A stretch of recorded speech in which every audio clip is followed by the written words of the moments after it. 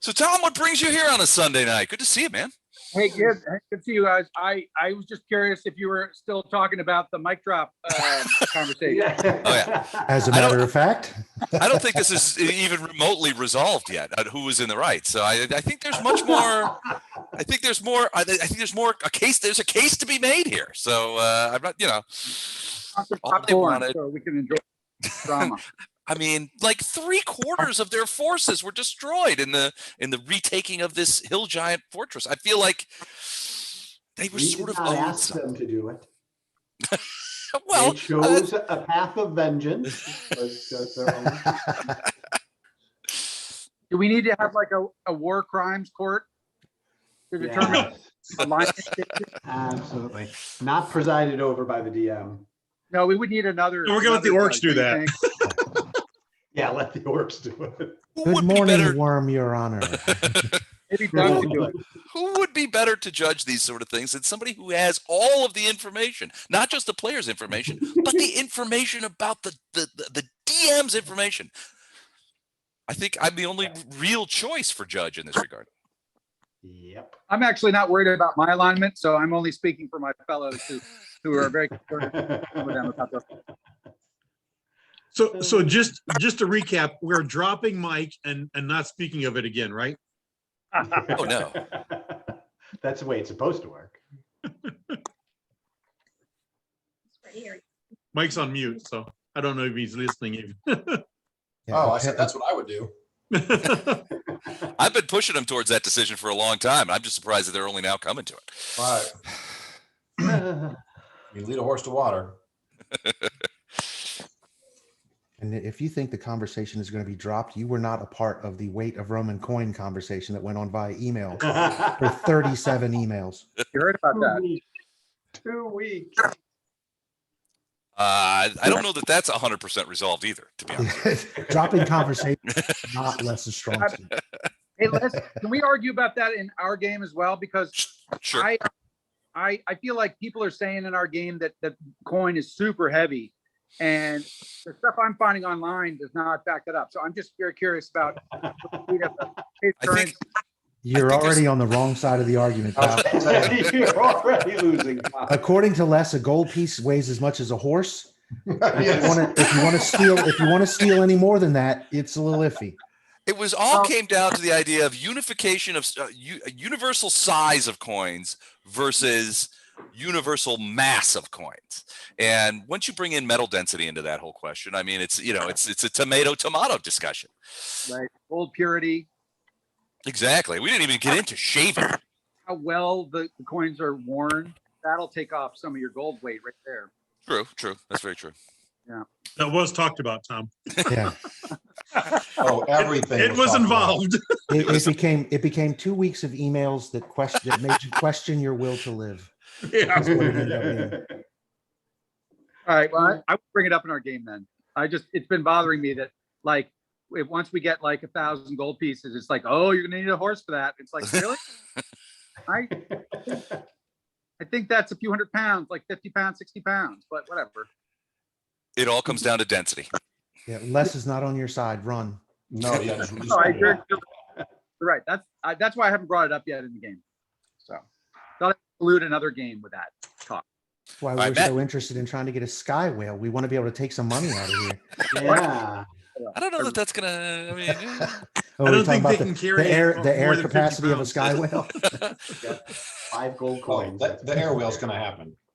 you guys think a sky whale's got? I honestly, I'm behind you on this because I think the idea of returning to Dresden at the helm of a sky whale and all the dwarves just sort of like looking up and going, what the hell is this? I think is that scene is worth it. Most definitely. I think that would be There's maybe a apocryphal story about penguins when they first saw an airplane. You know this story?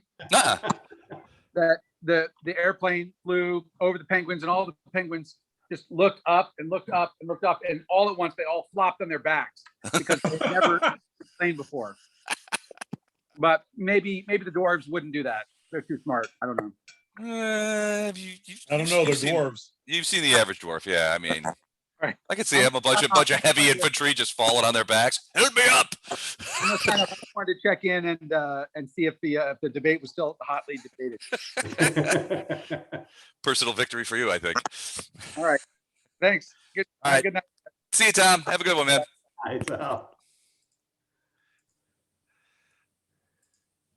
Amateur. Gave up too soon. So I just got a text from Matt. He said he's going to be here soon. He's probably on a plane or the space shuttle or some shit like that. So I'm sure he'll be calling it on a tablet using from his phone. using a satellite and that kind of thing that he cobbled together. Our paladin from the ISS on a cell phone. He's using some sort of ham radio thing. Something he rigged up with chicken wire and Kleenex. I can't get Roll20 to work on this. Can you roll for me? How are you guys doing? I know how Dan's doing. I'm fine. He's fine. Wrong, but fine. How about you, Gordon? You doing pretty well? Yeah. Yep. I'm good. Going to California in a week, probably, so that'll be fun. Very cool. You gonna go? Is that to go see Marley? Marley, yeah. And a kilo for fiance. Oh, nice. Very cool. He just moved into a new house. So looking You forward guys, to are seeing you guys it. driving out there? Or are you flying out there? Oh, we're flying. Oh, okay, I was gonna say Flying to that's Santa Rosa. okay. Where's that at? Is that where they're living nowadays, Santa Rosa?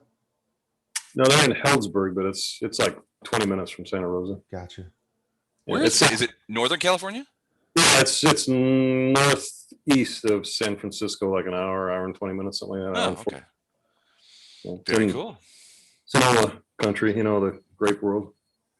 Very cool. Well, boss lives in Napa, which he really likes. Don, how about you? You having a good weekend? Having a very good weekend. Anything interesting happen? I'm gonna guess no, since you have to think about it for this long. Nope. Good. Well, sometimes uninteresting weekends are the best. Uninteresting weekends are fine. Mike, what about you? You've been suspiciously quiet over there. I'm no longer doing 2 quarantines at my house, so Hey, quarantine's over. Everybody's better. Amy was the only one that really got anything. The kids were fine. She's back to 100. Yeah, well, not 100, but just low energy right now. But everything else was fine. Good. Glad to hear it. I'm glad it was no more problems than that. Yeah.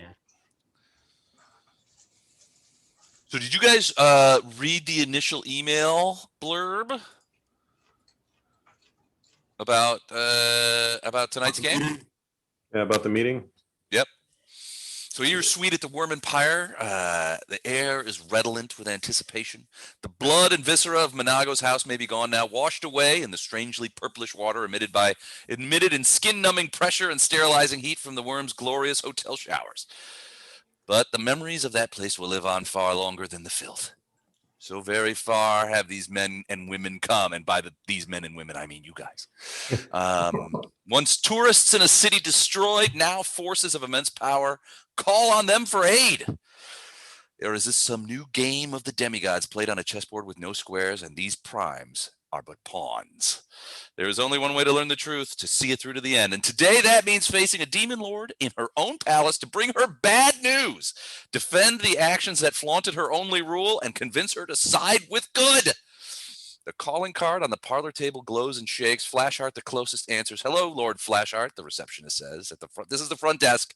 You and your colleagues have a visitor." There's a pause, and then, "He'll be teleporting up to your suite momentarily." So he's not a demon. Well, it could be that certain demons have a skeleton key when it comes to this hotel. Well, then I've got my sword ready. Okay. Calm down, Fletcher. Put your sword away. It's very big. It's very grand. Congratulations. Now put it away. Put it away until we tell you. No. I know. Calm down. It'll be all right. He's not right. We didn't talk about that actually. Maybe not into this is the. I feel like Dan has kind of changed the way he's played this character. Like there's something going on more than what he is, and that could be right, could be wrong, but I just feel like we need to try to get some magic in this and try to figure out if we can, if he's cursed or possessed, or if he's decided to quit playing and is actually playing something else because Les wants to kill him off or kill us off, or all of the above. I would agree with Gordon on this. Yes, and Bartos can make a perception check to see the priest going, no, not now. Six, six, six, six. Talk about it like right when this guy is teleporting up, but I'm just saying, Les, I would have talked about this at some point. Okay. You know, Elendar. We've all been Yeah. talking about it. Yeah, right. Elendar agrees with Bartos wholeheartedly. We can do. I mean, Les, I've got all kinds of things. I can detect enchantments. I can detect magic on things. I mean, one thing to do would be to check maybe his magic items for cursed items. I can detect any kind of curse on him or on his items, assuming they're not somehow highly. So, Hey, look at that. The group's ignoring the priest again. so the question here is how I got you. Dan's character, whose name is flat out escaping me right this second, Fletcher. is how he's going to react to that. I mean, are these passive detections that you can do? I mean, can you surreptitiously detect curse on somebody? Hey, Lothar, should we be doing this right now? No. Use my eyes, and that's pretty much on all the time. That and see invisible, detect enchantment and see invisibility are on permanently for Bartos.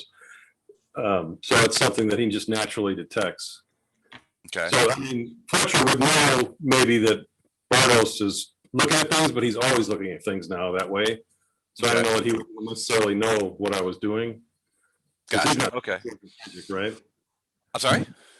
Sensitive to magic, like where he would feel. Or where he could do a, you know, Right. I mean, yeah, you don't feel when somebody does detect magic on you, you don't feel anything. It's just more of a, I've always envisioned it. Hey, here's Matt. I've always envisioned it as sort of being when the predator sort of switches his views from infrared to ultraviolet, you know, that kind of thing. You just sort of like, you know, it just kind of comes up. If you're doing that passively, well, first, I mean, you don't see any invisible creatures, and certainly, you know, not around Fletcher or anything like that. And even if you want to scan the whole room for invisible creatures, you don't see anything like that. You detect enchantment.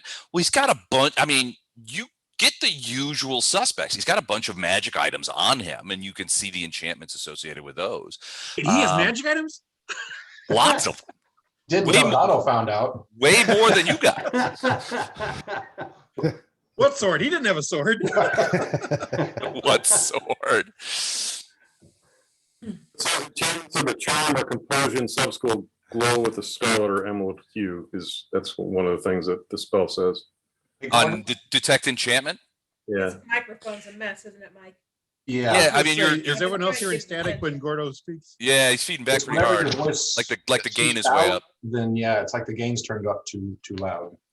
How about that? Much better. That's so better. far, sounds good. Yeah. Hey, Matt. Matt is on the ISS. You were right, He is Gordon. on the space station. Right. Hi. Yeah. He's talking to us late. tonight. He's talking to us tonight on an iPad hooked to a ham radio, hooked to a satellite dish in Indonesia. Sorry. Now I don't need to ignore Special you, mission. Chuck. I don't have experience with priestly things, so I'm just going at it from the angle I know about. Well, so I mean, you see a variety of enchantments, but none of them seem to be. I mean, if you're looking to see if he personally is enchanted, it doesn't look like that's the case. You don't see any evidence of that. Okay, I'm also What about his checking stuff, though? weapons, his stuff for any kind of enchantment that would be related to, you know, charm or compulsion. Who showed up in our hotel room? I didn't hear. I'm sorry. Nobody yet. Yeah. Oh, okay. They're worried about Fletcher, Yeah. Well, as you should be. as I would be. He's definitely on a watch list. You have. I would agree with the watch list, but Lothar says we should leave well enough alone for right now. Well, Yeah, I definitely want to pull Lothar aside and ask why, but I'm not going to push the issue if Lothar's saying don't do it. I'd then like yeah, to know out of Elendar would be curiosity. kind of, I think you should push the issue. yeah. Push the I love any attention that's not on me. I'm gonna tell them you told me to though, No. and they'll believe me. Yeah. Of course we will. Well, all the stuff that Bartos does, he would be just doing just out Yeah, of course. because of- Passively. yeah, so it's- Surreptitiously. if you're telling us to let it be, then we will. Well, I wouldn't actively say don't do that. It's more like the look of Be shaking your head no behind his back or something like that. yeah, that Ixnay, kind of yeah. thing. I mean, at this point, Fletcher's probably not in a position or in a situation where we should irritate him. Because there's something wrong. Well, because what? Rita, and what's- because we're about to have a visitor from a demon lord, we have to go have this meeting. We don't want to irritate him prior to doing that. Is I guess what Yeah. sort of subtle thing would be. We obviously need to address whatever's going on with what's going on with Fletcher. But Absolutely. I think we need to address it in a way that he understands that he's one of us. He's our boy, not sudden accusation right before we go talk to a demon queen. I agree. Is it maybe just that he's spending too much time around Farina? He's become feral? No, It could be it. I mean, I don't know that we should discount that right off the bat. that's not it. But now's not the time, I'm thinking. Just a thought. All right. Okay, so who shows up? So you guys are sort of sitting around and waiting, and suddenly the unmistakable smell of sulfur alongside some other kind of smell. You're not 100% sure what it is. It's one of those. I mean, Alushinyrra is sort of like full of these kind of like alien smells that you haven't really encountered in the prime material plane, and some of them you kind of recognize as being demon food or stuff like that. Others you're just like, we have no idea what that is. In this case, though, there's a shimmering, sort of purplish light that materializes towards the area, sort of the conversation pit in the hotel suite, and you guys see this materialize. Yeah. Oh, God. And he says, Oh yeah, my sword's in my hand. and he sort of like, hello, hello, primes, all of you, greetings, and I want to bring my my best wishes from my lady Nocticula. She has sent me here to come and collect you. So if you'll be so kind, we'll be to gather up your things and we'll be and prepare yourselves to accompany me back to her palace. We should stop downstairs. I am certain that you'll be checking out today, so you're going to want to take care of whatever bills you may have with the hotel. Wow. I think when he was on a prime material plane, this guy used to fix my copier. Pretty sure I recognize him.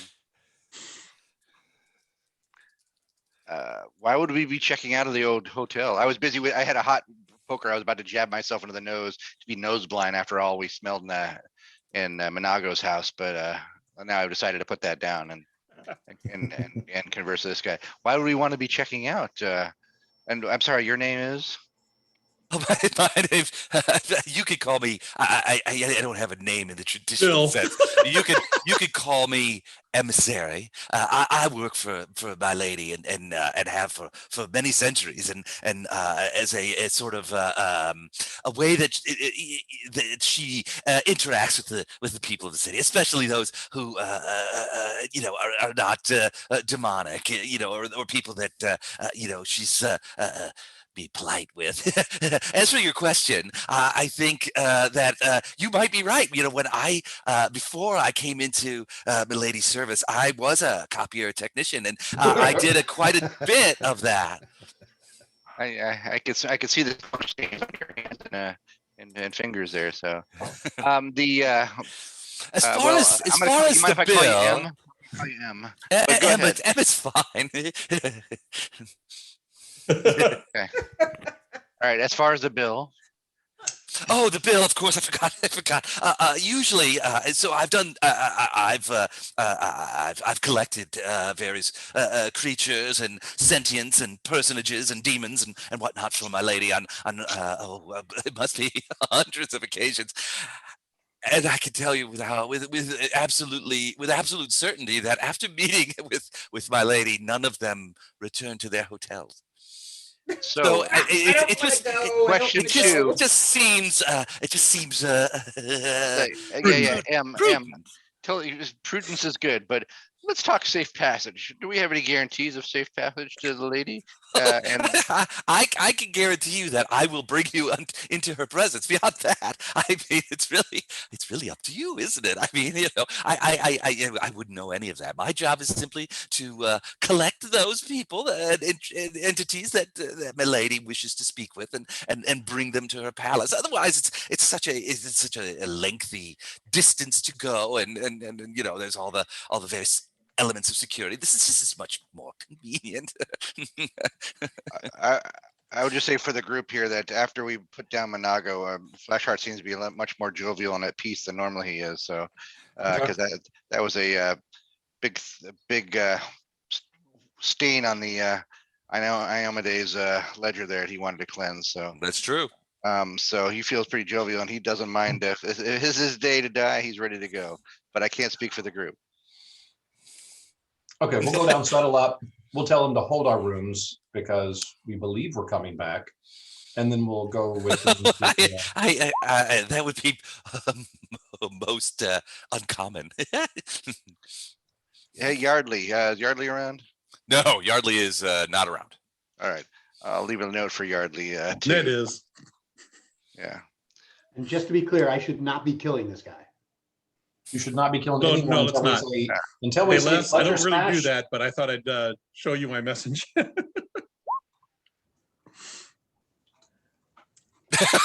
That's good. Yeah, no, I think you should totally do that. I think you're like, let's get him. No, he seems he's deeply weird and obviously demonic in ways that are new to you. Very strange.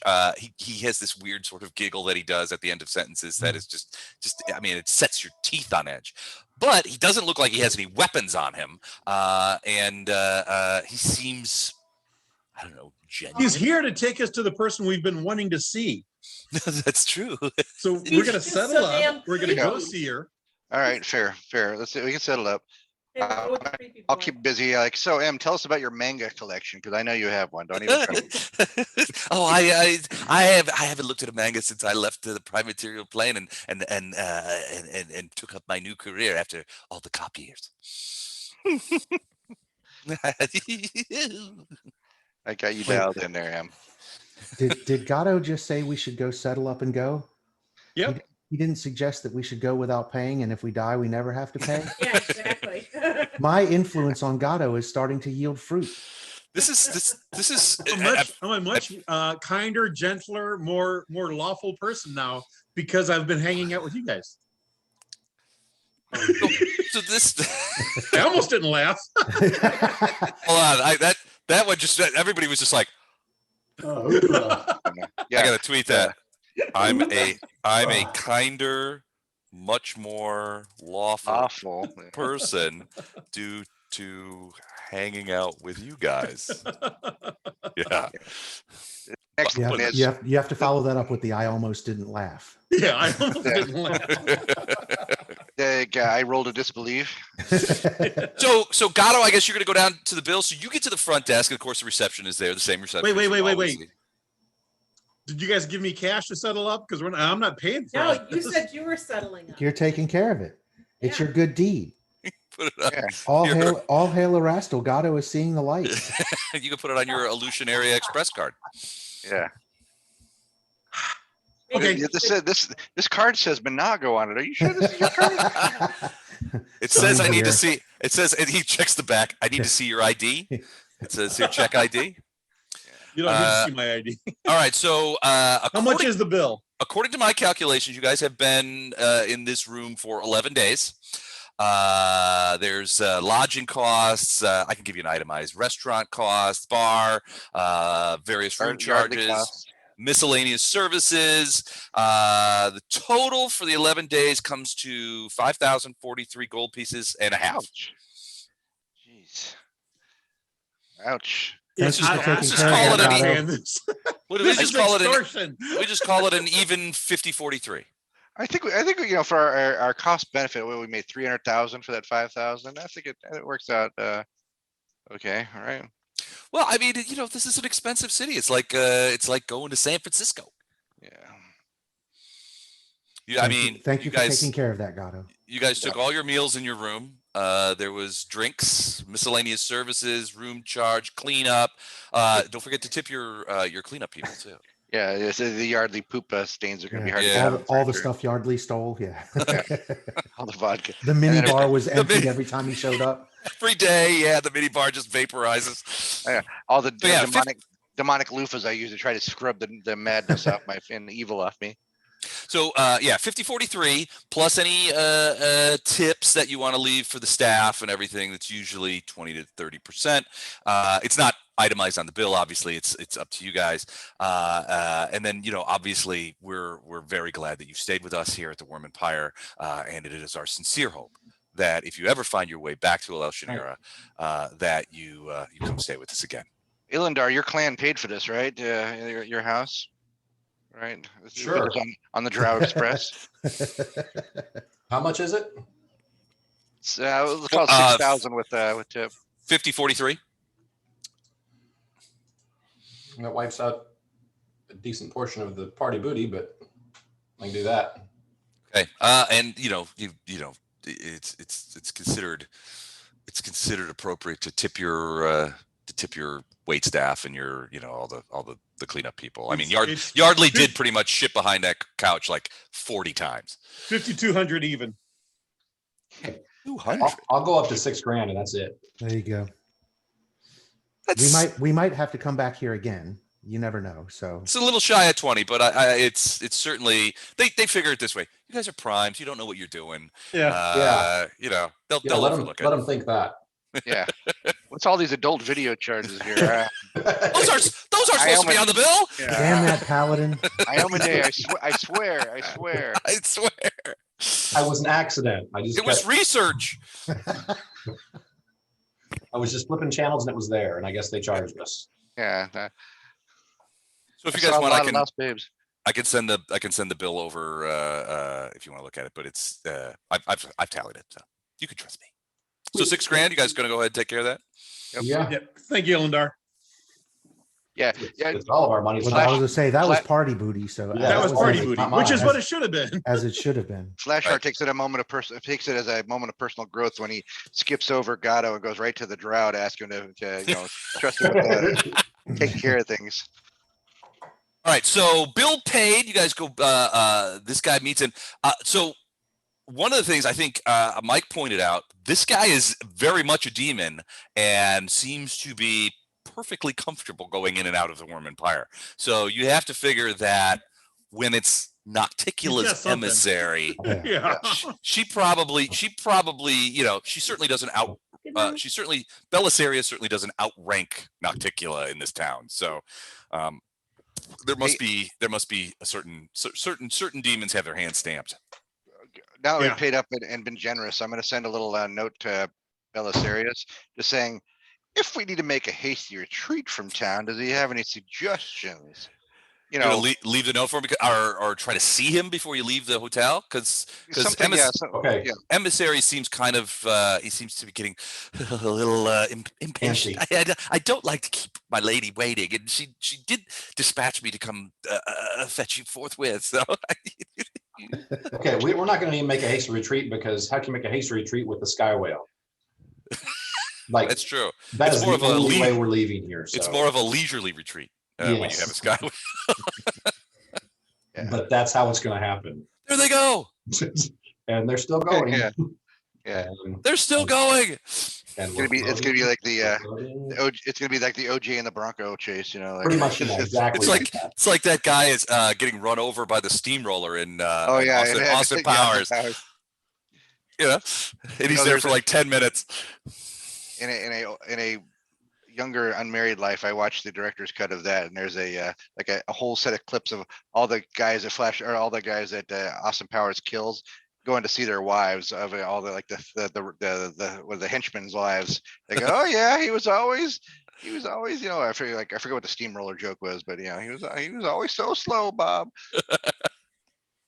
I love that part where it so takes him what. So he's like, and you guys collect up all your gear and that kind of stuff. You know what? We collect up other people's gear too. Or do you? I mean, do you want to leave some things here? I mean, you can leave them in storage. Well, yeah, we'll put it in valet storage or whatever. There's a nominal charge for that, but I mean, no, not nominal. There's like, you know, a huge charge for that. I've got everything that I brought with me into this hotel, and then some. And he's got everything that we brought with us.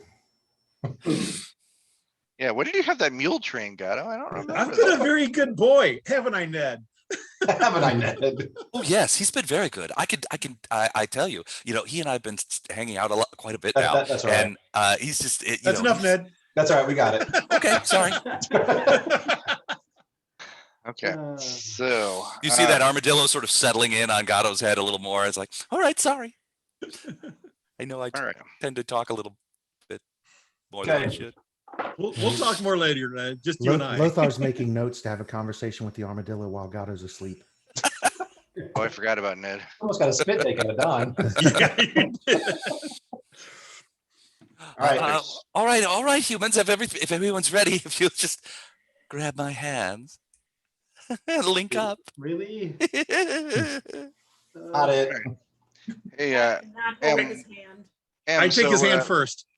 What else can touch me? We can daisy chain. It feels like a moderately chilly rubber glove filled with oil. That's what I kind of figured it would be. When you grab his hand and he's like, and you know, that kind of stuff. It's just, you're just like, oh God, you know, that kind of stuff. And then, but he forces everybody, and his hands, as he holds them out, his hands grow like extra fingers so that everybody can sort of squeeze in and grab an appendage. And they're all gross and that kind of stuff. He's just like, yeah, it tickles when I do this. After dealing with this guy, this demon lordess chick is going to be nothing. Yeah, it's going to be so casual, so whatever. This is the only set of appendages. Fortress, whatever. Just don't put us next to that guy. Yeah. So, we'll do whatever you wish. Emma, right? Oh, sorry, your ISS feed is breaking up there. Yeah, we're on the other side of the planet. Must be over Antarctica or something. He's over Antarctica. He's on the dark Monago's side. going to give me nightmares. That house. All right, so each of you grab onto it, and you guys feel this sense of dislocation. It's not like regular teleporting. You've teleported before, that kind of stuff. It's not the same. It's a little bit like, it's almost as if you can sort of still see everything. Like it's like you're blasting through the city super fast, and it's like the city is folding in on itself as you guys kind of like go into the, and you see yourselves.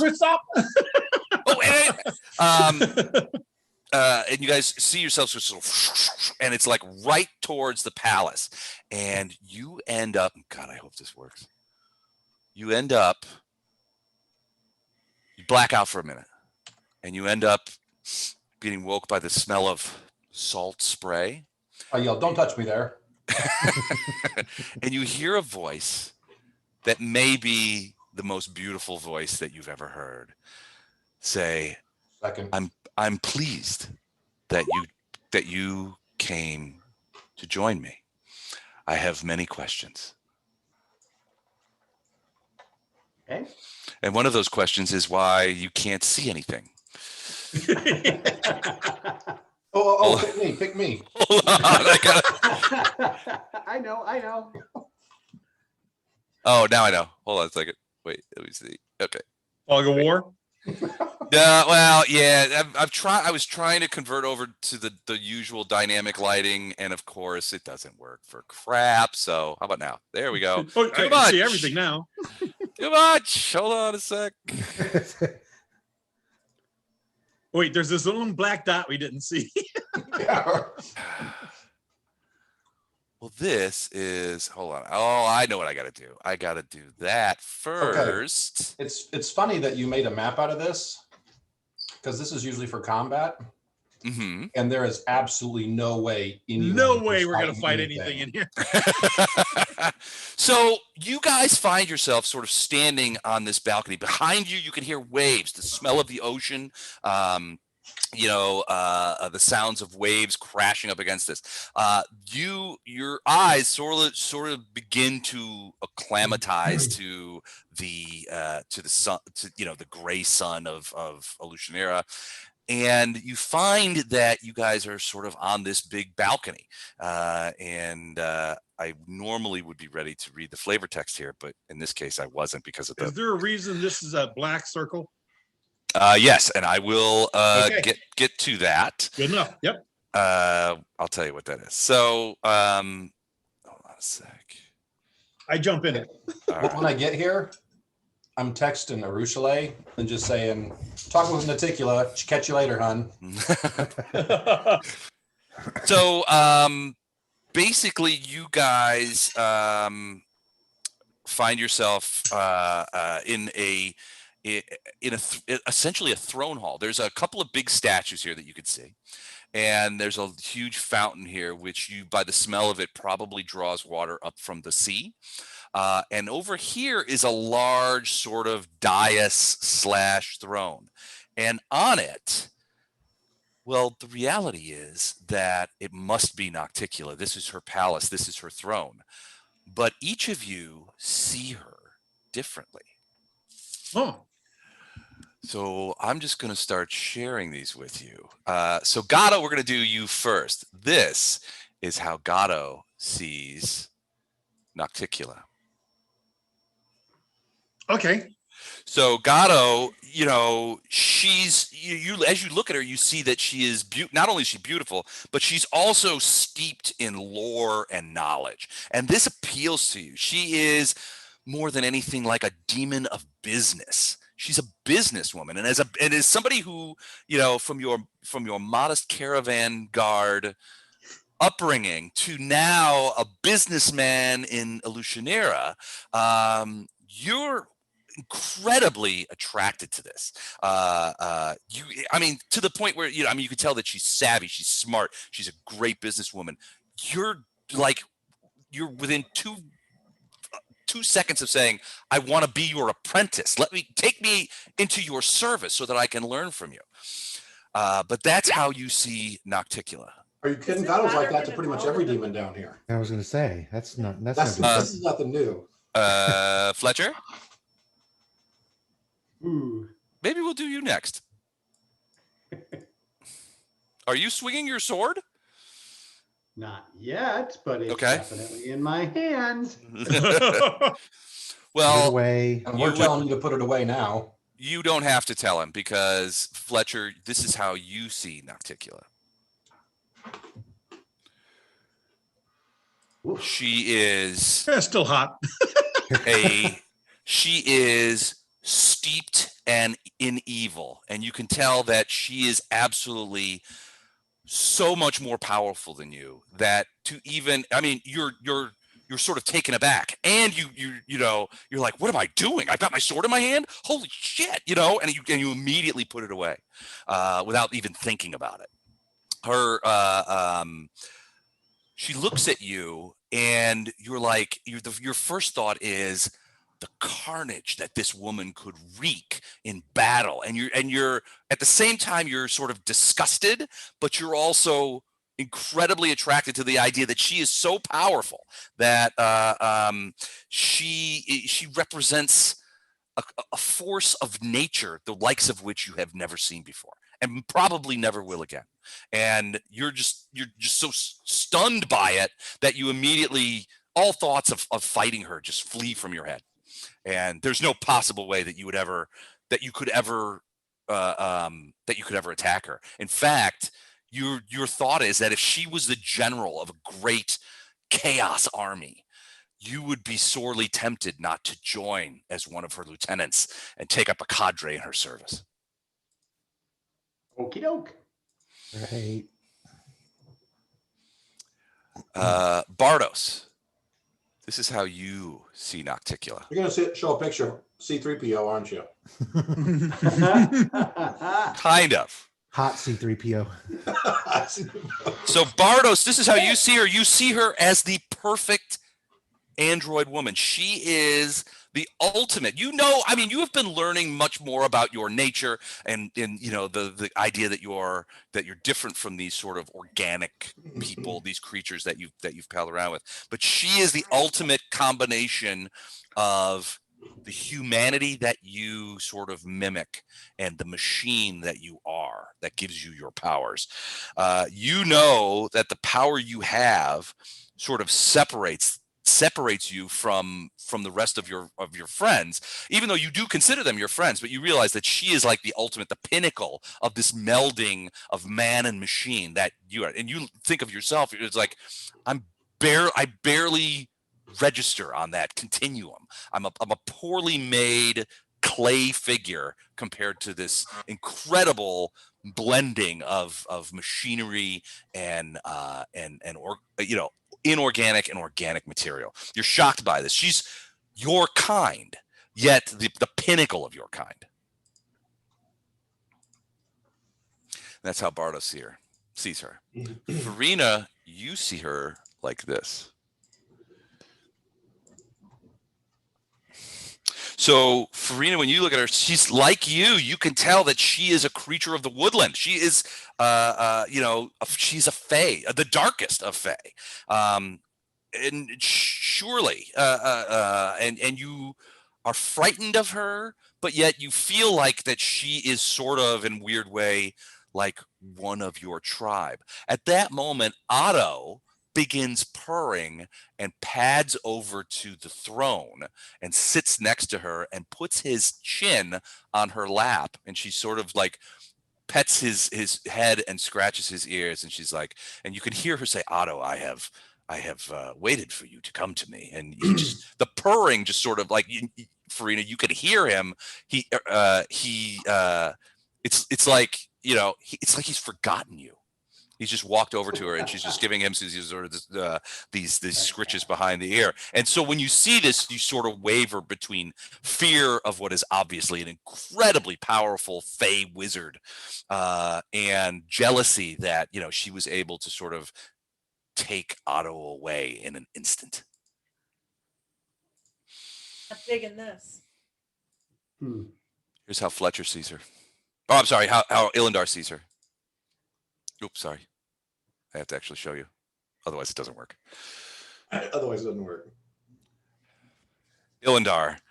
She is Arushale times 100. She's reminiscent of Arushale in that she is, whereas Arushale is a succubus, this is their queen.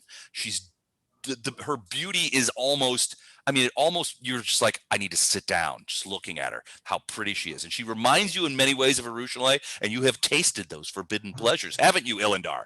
But this creature is 100 times that. I mean, you would gladly sacrifice yourself without any potions just to taste the sweetest glimmer of her lips.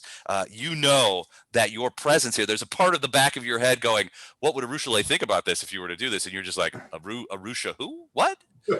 It just blasts her from your mind. Just the beauty and the seductiveness and the purity of all of those things that made Arushale attractive to you. Mm-hmm. Nocticula has them 10 times over.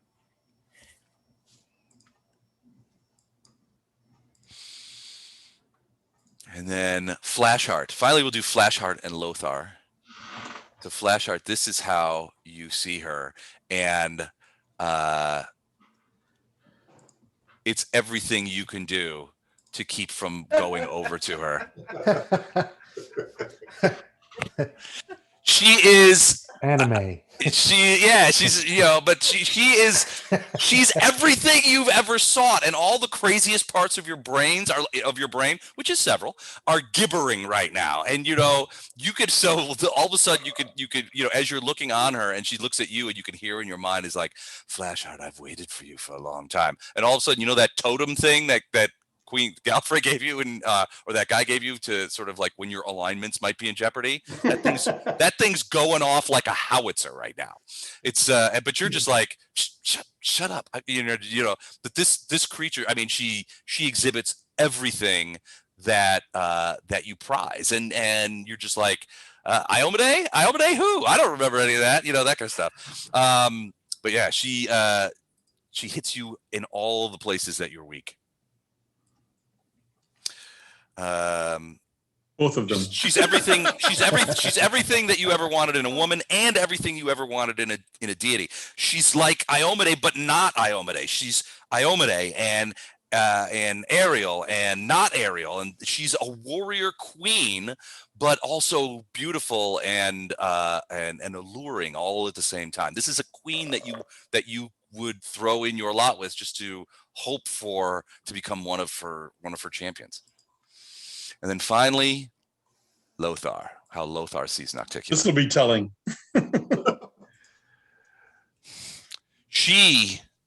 For Lothar, she is a queen of the woodland and the dales. You can see that the green of her hair. She strikes you as being of Fae too. Dark Fae, but certainly, but with a softer side. And you can feel like, you could.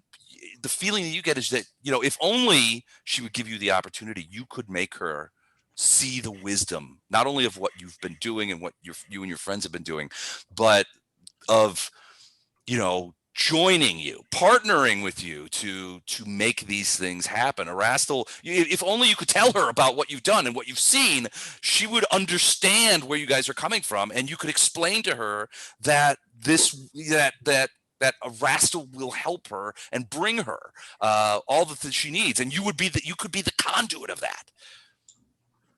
If only you could convince her. No, I'm sorry, I didn't make her large hair. So hold on a second, let me show you. That's so what she Lothar looks wants to make a deal now. Is that what you're saying? Well, the reality, so you guys probably don't remember this, but several weeks ago, I asked you guys to send me a single D20 will save. So the reality is that you are essentially powerless. All thoughts of attacking this creature. Did we all fail? Everybody failed by a mile. The closest was Bardos. Bardos came the closest, but even he missed it by like 12 points. Why people never return to the hotel. This is why they never go back to the hotel, right? So, so you guys all see her in different ways. You all get different feelings from her about what you would do. Some of them are stronger than others, but all of you feel completely incapable. I mean, all of you feel like you could never deny this woman anything. And Illendar leans over to Gatto and says, "I'll be in my bunk." In my bunk. Well, no, I mean, you guys are. I mean, I don't know that you guys would be able to. I'll be in my bunk. Yeah, it's Serenity. It's Jane. Jane. Yeah. But yeah, I mean, you're struck dumb. I mean, you can't hardly even speak. I mean, even those attempts that you do make to speak, I mean, you stammer. You're overwhelmed by the sheer beauty and power of this creature. And she says, "You seem to have made yourselves worthy of my attentions, and it would please me to grant them to you. But there are a few items of business that need to be taken care of first." And she says, "Elohai, come forth." And out of the door. It's not that creepy guy, is it? No, he's nowhere to be seen. Okay, good. Out of the door, coming down, so you can see like over here, there's like a set of steps that sort of go in the back. They kind of go up. In the south? Yeah, in the north too. Oh, in the north, okay. And so you see somebody that you did not expect to see coming down those stairs, actually sort of gliding down those stairs and coming over to here. You see her. Oh no. Her Oh, Oh, And man. she has a smile on her face, and Nocticula says, and so Nocticula was like, Elohi, thank you. And she turns to you guys and she goes, you have committed some crimes here in Alushinyrra that usually result in either death or enslavement. Why not tell me why I can't read my own writing. Why not tell me why such otherwise sensible primes have committed such crimes when you knew my law? And because of your inner presence, you sort of all feel sort of a little ashamed that I can't believe I've committed crimes in this woman's city. What was I thinking? But then you can find yourself with the power of speech. Does anyone have an answer for me as to why these crimes were committed? Otto looks at Flashheart, sees if he's going to answer. He can't though. I'm sorry. Who is this person?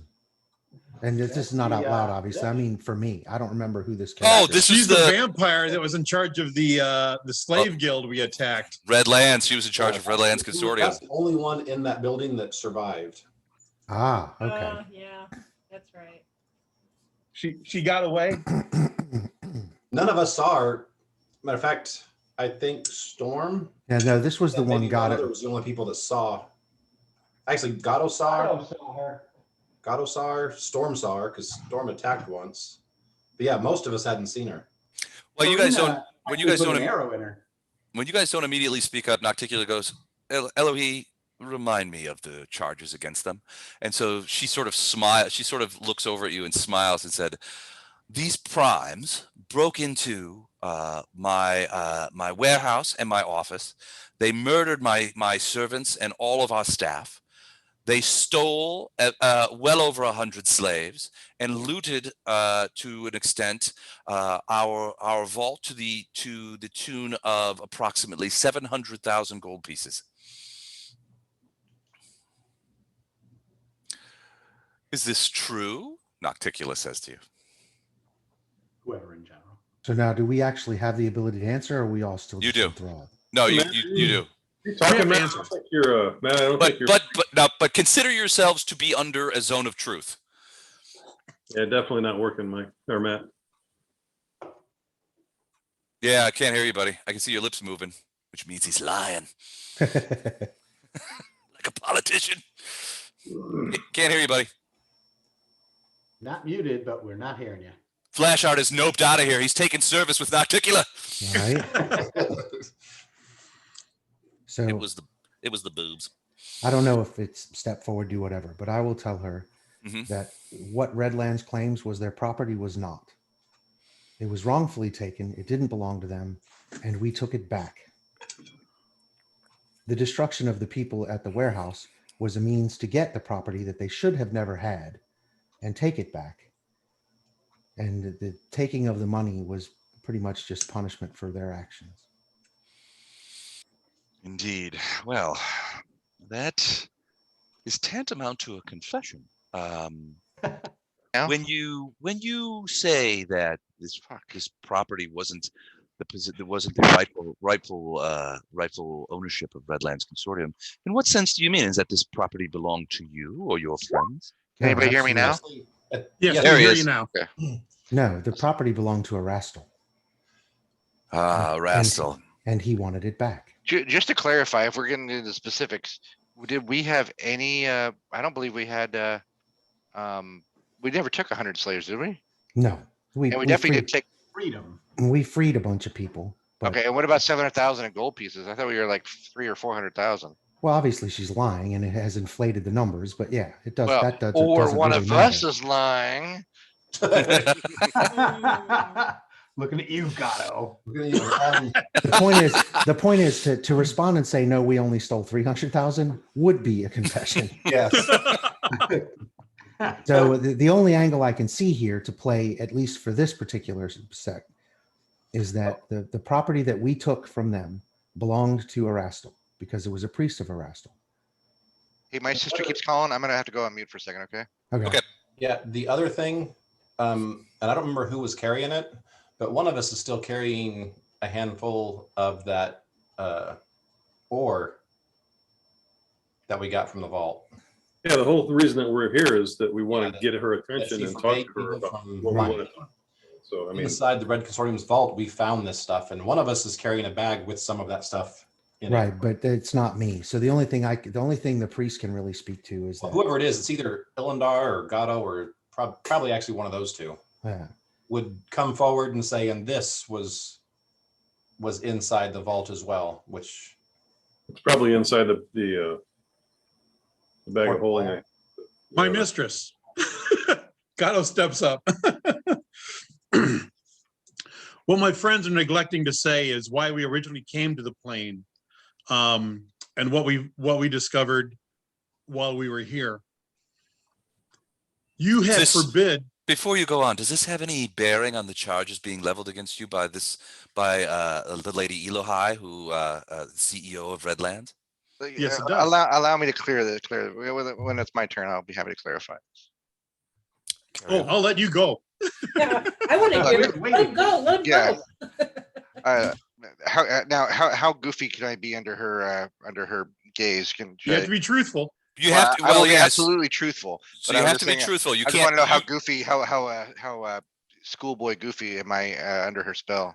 Well, you feel like that like her power. Maybe calling her Shorty or whatever. Yeah, you know. No, no, you would not do that. She's Okay. a demon lord, and you are essentially under her power right now. So okay, Matt, yes, all I can say is for me, Gatto was going to speak like he was trying to impress the CEO of a corporation that he works for and wishes to continue to work for. She is the ultimate in business, and I was going to be respectful, honest, but kind of flowery and elaborate. So let me just give you an idea of sort of what you're feeling right now. So she has a power called Seductive Presence. Unlike most demon lords, Nocticula does not possess a frightful presence. Rather, she has a seductive presence that can activate as a free action, which she has done.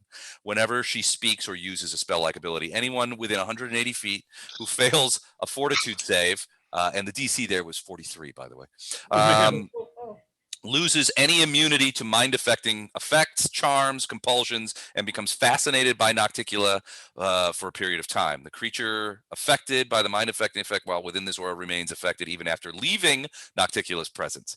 Creatures that succeed at the saving throw are immune for 24 hours. She also can do telepathy, and creatures under this effect are also effectively under a zone of truth spell. So yeah, I mean, none of you made your save because it was a 43. That was crazy. We'd have to have a natural 20. So yeah, so basically, I'm not here to lie, so I'm ready. I'm ready to talk to her when you're ready. All right, so I just want to let you know what you're being affected by is. Okay, like Lady Nocticula, allow me to elaborate. Everything that this entity, the Lady Lich over here, this Lich says it's absolutely true. However. And I swear that on Ioma Day. But however, these are all ancillary to the main reason we are here. We are here. Go ahead. When you say it's true, you hear Lady Eloy, the Lich lady, go, yes, sort of under her breath. However, all of this is secondary, ancillary, beneath your concern, because what our true purpose here, the Optimist Primes of myself and my companions are here for, is to eradicate the scourge of nihydran crystals on the prime material plane, perpetuated by creatures such as this. And so after that whole yes, they confessed. You see now she's like, you see that smile has left her face when you mention the word nihydran. She's like, nope.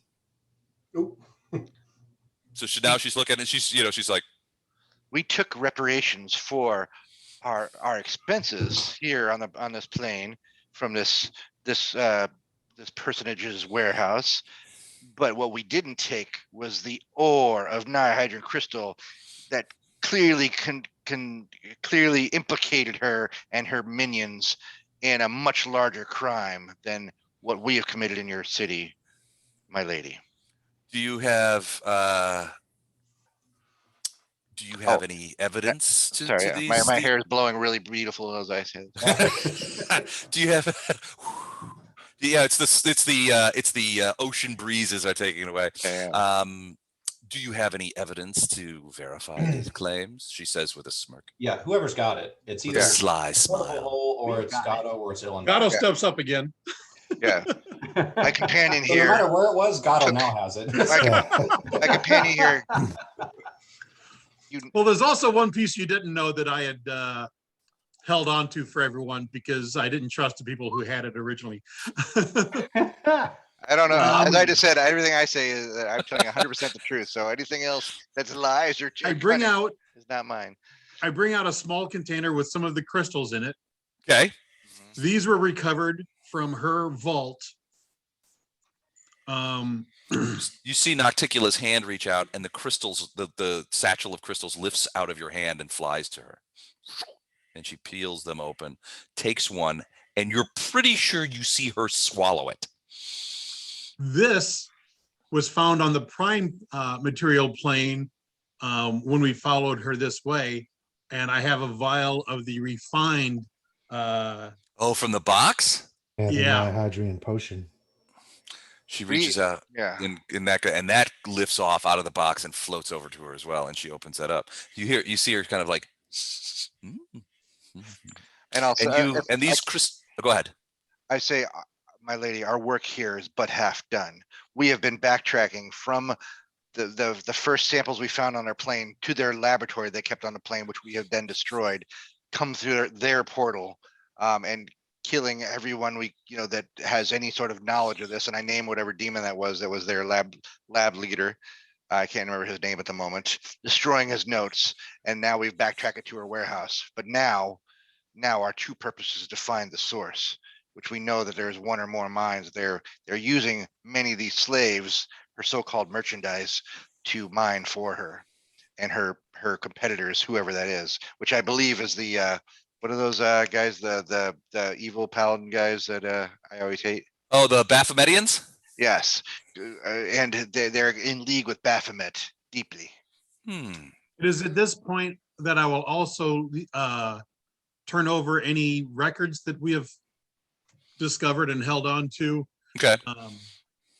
That would implicate some of the paperwork that you found in Redlands that says, we've taken certain amounts of ore, Nihydrian ore from these guys, that kind of thing. Right. Okay.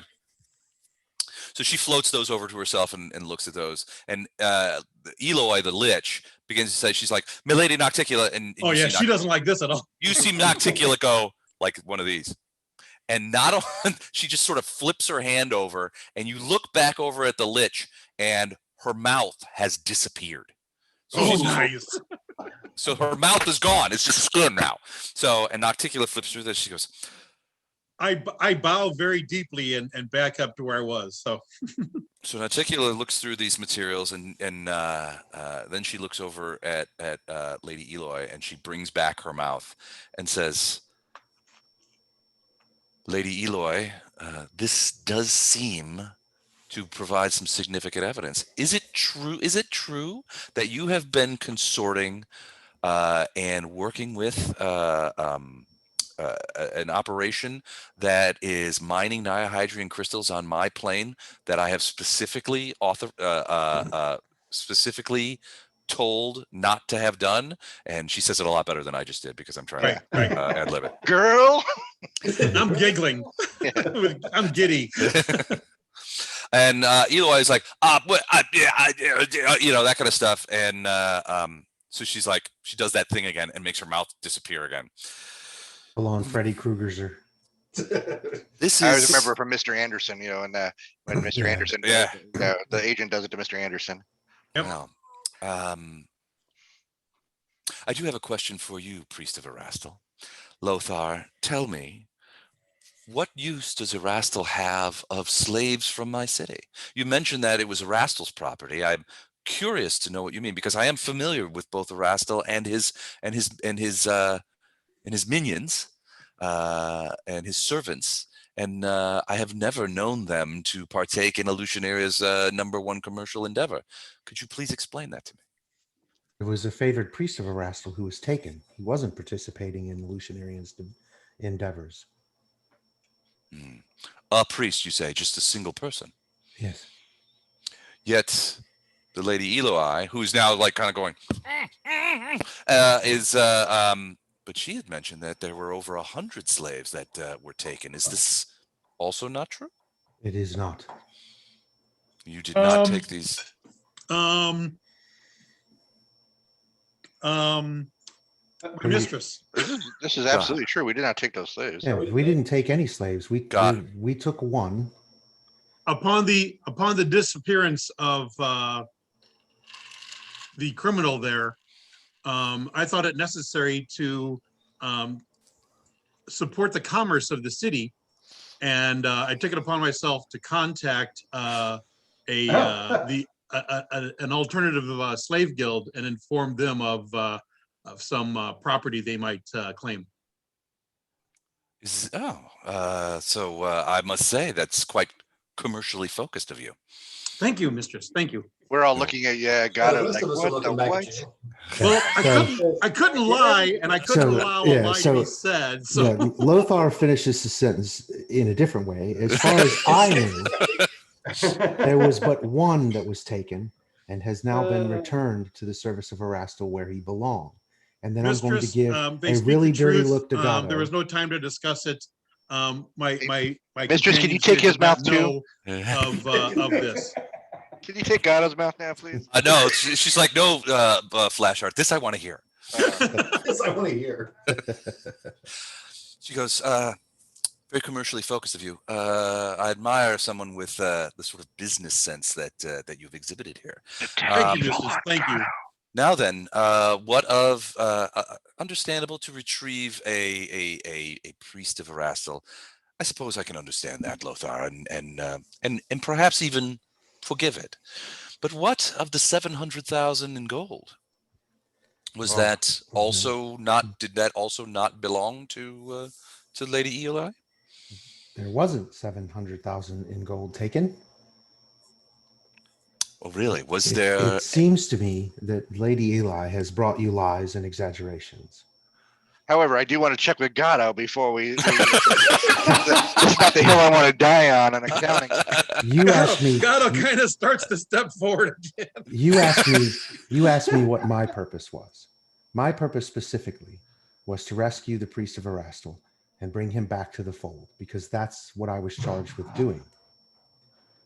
Now, I am also part of a group that is charged with dealing with the Nihydrian issue, which we're also doing.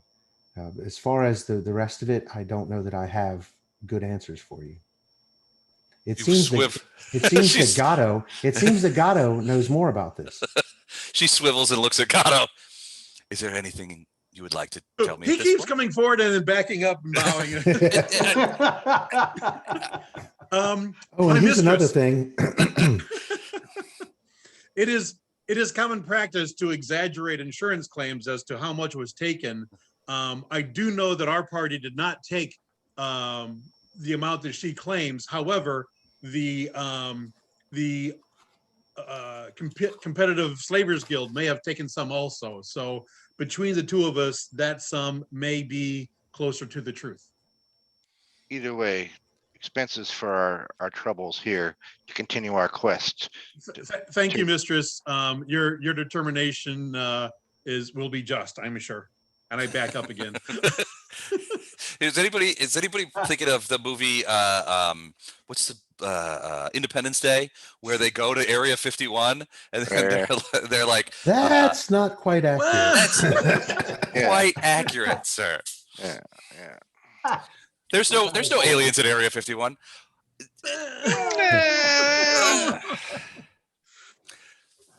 Plausible deniability. All of this was on a need-to-know basis, guys. That guy is such a great Weasley character actor. Apparently, Gatto thought he was the only one that needed to know. Yeah. I'm so glad our presence is rubbing off on Gatto, of him walking the narrow path of truth. Hey, I almost said it with a straight face. Yeah, what did it say? I'm a kinder, much more lawful person due to hanging out with you guys. So yeah. Detect evil. So she said, she looks over at Lady Eloi. She says, have you composed yourself sufficiently that you may speak without stammering? At which point Eloi, and you could see that just the hate burning in her eyes as she sort of looks over at you guys, and she nods once. Mouth comes back. I'm doing this in my head. She goes, my lady, we were unaware of your ban on Niohydrian crystal mining. As you know, our business is in the support of the providing of slaves to mining concerns, and in certain cases, taking an active investiture interest in those mining concerns where we see value. We did this in the case of Hepzibah's operation on Colifair, and we were examining the Niohydrian crystals. We had taken some of the Niohydrian crystals for examination to determine whether or not this investment would be prudent. But we were unaware of your ban on that. We had operated under the assumption that Hepzibah was mining these crystals under your tacit approval and authority. If Hepzibah has committed crimes, well, then Hepzibah ought to be punished. But yet, it in no ways justifies the actions of these people, since they were unaware that we had this relationship with Hepzibah, inadvertently illegal relationship with Hepzibah. They were unaware of that before they stormed our offices and robbed our vault. Suspected it though. Nocticula looks at she looks at Flashheart, and Flashheart, she sort of, you're pretty sure she just winked at you. And she goes, Got it. Nevertheless, I find these Primes arguments compelling, and let me assure you that ignorance of my directives does not in any way absolve you from the punishment associated with violating them. So here is my ruling. Lady Eloi, you will retain your ownership of the Redlands Consortium and build it back up as you wish. However, you will get no recompense from these Primes, nor will you engage either yourself or any second parties to enact any sort of vengeance or retribution on these parties. This is my will. Yes, Lady Nocticula, I understand. Furthermore, I want all documentation regarding your relationship with Hepzibah's operations on Colifair brought to my office later today, without fail, and I will know if you skip any documents. Yes, Lady Nocticula, I understand. She is, so Lady Eloi is throwing daggers at you guys from her eyes. If you could, you know that she would blast you off this thing if at all she was here. But she obviously is both frightened of and deferent to Nocticula. Right. That is all, Eloi. Depart. Bring emissary will come to you in a few hours to retrieve the documents. She disappears. Ask him about copiers.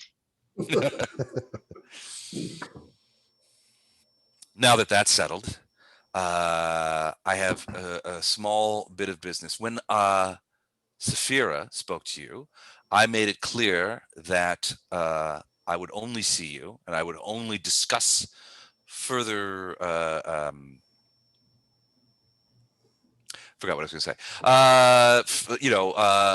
The exigencies that brought you here, if you took care of that one last lingering piece of business. I trust that is now taken care of. That is correct. Tick's dead too. I killed him. Yes. Oh, indeed. Oh, indeed. I know that you've killed him. Nazarius, come forth. And down the same set of steps, you see this guy come down. Who's Nazarius again? He was the assassin. This shadow demon. Nazarius has informed me and confirmed for me that you have slain Minago, and and he has brought to my attention some possessions of Minago that I will be investigating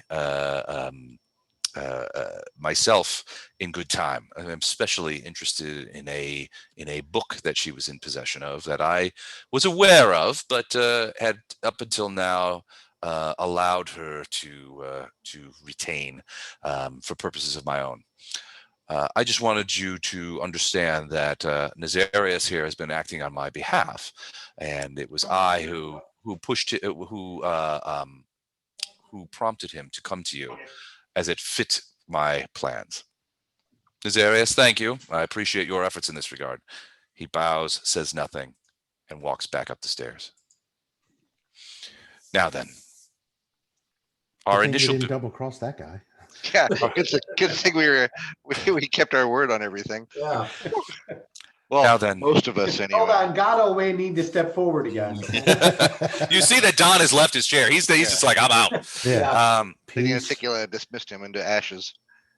I have nothing to confess here. So Nocticula comes in. Now that sordid business put aside, you have struggled mightily in my city to get my attention. You have it. Tell me, why have you come here? 3 sky whales. That's our opening bid. She snaps her fingers and a giant sky whale materializes and a big ladder comes out. It is yours. Just make sure I got the story straight. The reason we wanted her attention is for this exact audience here, because we need her help to get to part 2 of this story. Yeah, we wanted to prove what was going on with the crystals. And I think we need to go after the mine errors now, don't we, or something? Yes. Your amazing city, and I can say this as a lawful paladin of Ioma Day, has been an eye-opening experience. Just the width and breadth and culture that is here. However, it is not our final destination. Our final destination is to reduce the scourge of this Nihydrian crystals to but a memory, and then even destroy that memory, so it can never happen again. It has caused untold damage to our plane and hardships to our plane. And while I cannot imagine our 2 peoples ever seeing eye to eye about anything else, I feel like this is the one area I hope we can agree on. And we had heard that you also were not. You had made it very clear about from the notes and demons we talked to along our way, that you were very clear that about Nihydrian crystals, so which is why we hope to gain an audience. So for us to be on this balcony, this was our entire plan. Now that we're here, we want to, if we leave here alive, our plan is to continue our quest to find a source and end it, and anyone who profits from it. Take down Hepsimera. Hepsimera, yes. Well, this is truly interesting. Now, I have a confession of my own to make.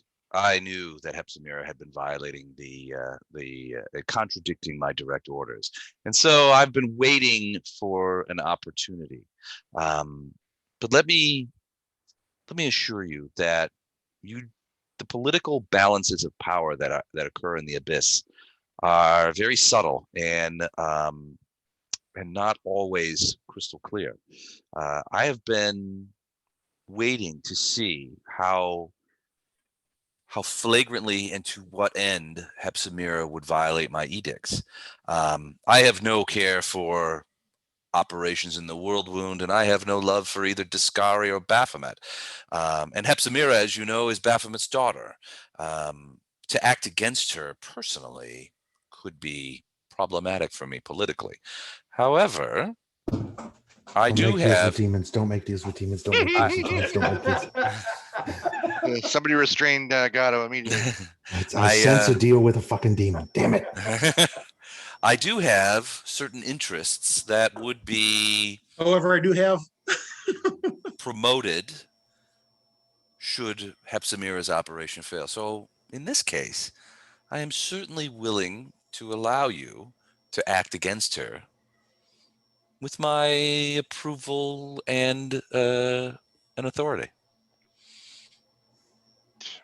Well, we are grateful for. I control everything that we are aligned on this one interest here. You have any breadcrumbs that we can follow beyond what we've already learned ourselves? I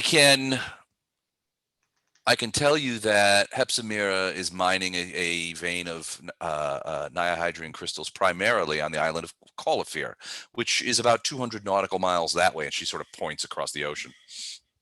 A difficult travel at any expense.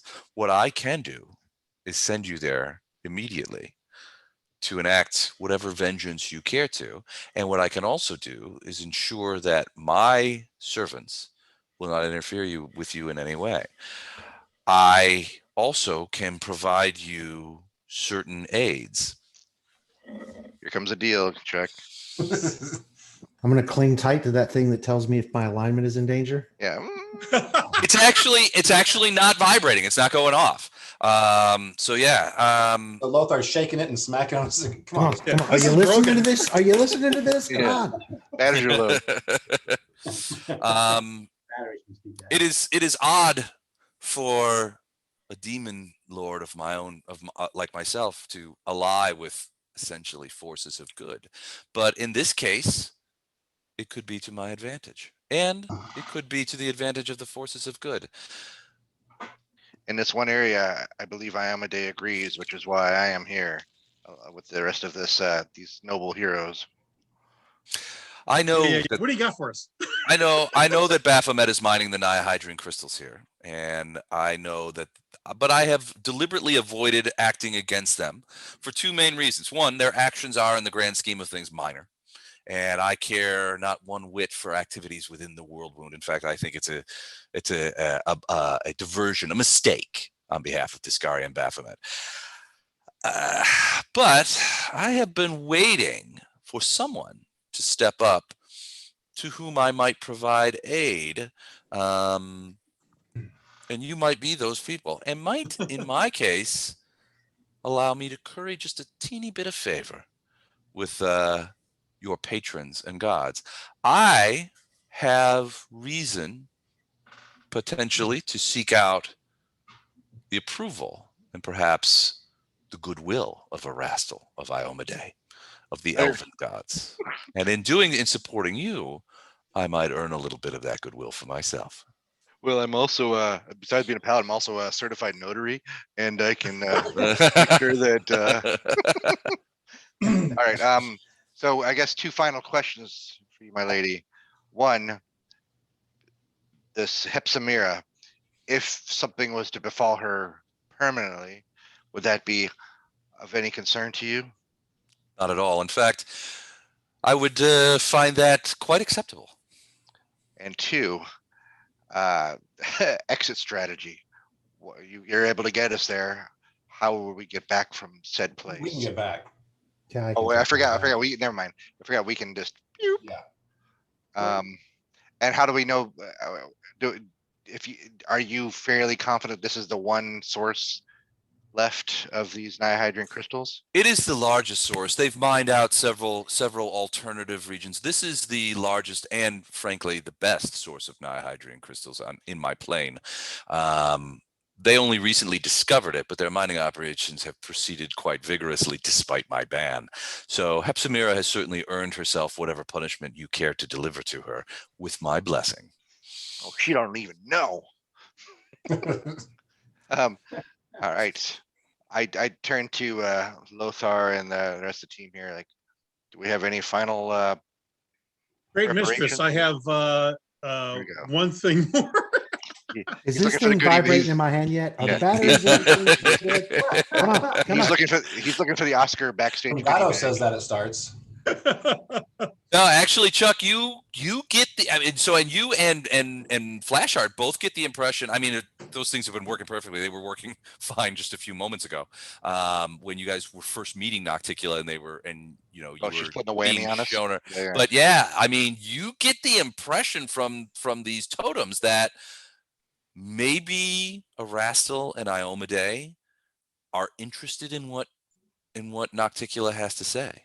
The ways of the gods are odd, and you can slap an alignment on them, but their plans and their procedures are sometimes quite inscrutable. And maybe Erastil and Iomedae might make use of a demon lady. Cool. In the furtherance of good. Yeah, you also get the thing isn't going off like a fire alarm. I'm good. It's not. One of the things, Mike, that Ilindar sees, or thinks he sees, as he's watching this sort of transaction, everybody sort of talking and about what's going on, is the resemblance between Nocticula and Alushinyrra that you initially felt. That you thought you think you're feeling that there might be a fair amount more nuance to that relationship than first meets the eye. At first, she's just this overwhelming succubus presence. But at the second time, one of the things that attracted you to Alushinyrra was her desire to change her nature. And you can't help but think that you're getting sort of a weird but similar vibe off of Nocticula. Gotcha. That perhaps that her willingness to support you guys and her willingness to, from a demon's point of view, further the interests of Erastil and Iomade in the abyss, that there might be a substantive hidden agenda in there. Oh, Ilandar's pretty naive to totally go with that and believe that wholeheartedly. So yeah. So she will she will say, so she does. Sorry. Yeah, she Gato says, has a list of things he wants here. I have just two things to know. okay. So she's going to grant us some assistance in doing this mutually beneficial project. Yes. My friend here asked about, is it possible for you to get us back here afterwards? I also am interested in that, as well as, would you be able to help us get back to the Prime once we have completed this task? Can't we do it ourselves? Yeah, I was gonna say I can do that. Oh, that's why I changed what Yeah, I we was can trying to do both say. of Yeah. them. Although if she wants to help with the Sky Whale, getting that to the Prime Material Plane, I'm Yeah. all over that. Yeah, we're all about the Sky Whale. She could read each of our minds. Like, I thought they would be into riches or power, but they all want Sky Whales. What the hell? yeah. Thank you for your attention, Mistress, and I back up again. Yeah, Yeah. they apparently don't understand the expense of the care and feeding of a sky whale. Say, seriously, is this what you're You know, thinking right well, now? here's the problem with sky whales is that you have to have a pretty substantive amount of sky krill. Yeah. That's what's gonna. I It doesn't mean, matter. After a week, it's just going to fall to the Yeah, ground. so we have a and die. sky whale for like 7 days and it dies and crashes Dies into like the a earth. goldfish. Yeah, into It will Dresden. be, Like, oh my it'll God, be- we've destroyed Dresden. yeah, it'll be a glorious 7 days though. All for Yeah, lack, you're right. all for lack of some krill. Yeah, and just think about the Sky Whale crap that's just laying around on the plane. Yeah, well, So that she's- stuff's expensive. It gets sold to makeup companies. Probably. for animal testing. It's good for fertilizing the ground around the Citadel, I'm pretty sure. Can you imagine just being some sort of guy trying to have a farm and all of a sudden your house is just crushed by a giant sky whale turd that flies out of the thing? Well, just imagine the nutrients. Man, Yeah, Mike, think about it. We could bring the Baron plane back with just Sky Whale manure. We could just have that's a so herd neat. of Sky Whales across the entire plane. Yeah, we just get a Just- couple of them, and within Yeah. a few years, we're good to go. It's No, this wait a minute. rich It's- farmland. It's whale vomit, isn't it? Ambergris Yeah. ambergris is yeah. gonna have that whale they use vomit, in the I think. makeup industry and all that, and like a little bit of it is worth billions or hundreds of thousands of dollars or what? Yeah, so See, we'll corner the market in there. Yeah. I did Of not think whale- of this. This is of- not Gato. of First of whale all, we vomit. each get a kingdom-sized piece of land in the Baron plane here, and that we know is going to be worth something in a few years. Go full Lex Luthor on this situation. Oh wait, sorry. Well, Check my own alignment. It's less Lex Luthor and more Scooby Doo. They're always interested in land on that show. Yeah. And I would have got away with it too if it wasn't for Alushinyrra. And for this damn sky whale shitting all over the place. All right, so she says, yeah. So to your questions, Gato, yes, I can. She's like, I control everything in my plane. I can certainly bring you back when the deed is done. I can also open a gate to the prime material plane if at such time you want to leave my fair city. At this stage, Ilandar's like a big one. He puts his hands up like whale size. Can we? whale size gate. Jesus. We could discuss it. As far as what I can provide you, I can get you to Calafir. I can show you a map of Calafir and point out some points of interest and show you where you'll go, where you'll land. And if any of you are willing, I can provide you with ascension. With what? Ascension. Sure. What's Ascension? I'll take it. Like becoming a deity, right? In return for a single kiss, I give you powers that will help you in all sorts of ways. Okay, is our thing buzzing now? It is. Yeah. Very much so. Yeah. More so Oh than no, we got she here. already got Lothar. He's just a pile of ash. Anybody standing in front of Matt's going to have to move forward. You want to know what? Don't you want to know what ascension will do for you? Okay. Well, okay. I'm good. your ability scores will go up significantly. You can communicate with me telepathically. Mhm. Girl, that sounds a Okay. little clingy. And what's the downside? No, thanks. I'm good. What say you, Lord Flashheart? Tempting, as you know, but I must deny your kind offer. Anyone else? How about you, Gato? He's right there. A deified God, God help us all, literally. He's in. You're in. He's Oh in. my God. If you wish to ascend, step forward. The rest I'm of right it, there. Yeah, this is a bad time for Chuck to be gone from his chair. Can we wait for the priest to come back? Yeah. Where's the priest? Yeah, we Where's can't. Lothar? As soon as she said step forward for a kiss, I was up there. You guys got a breath mint up here? Before you go making out with Gato over there, what's the downside to this kiss thing? There's always got to be a downside. Yeah, well, becoming lawful evil will be right at the top of the list, probably.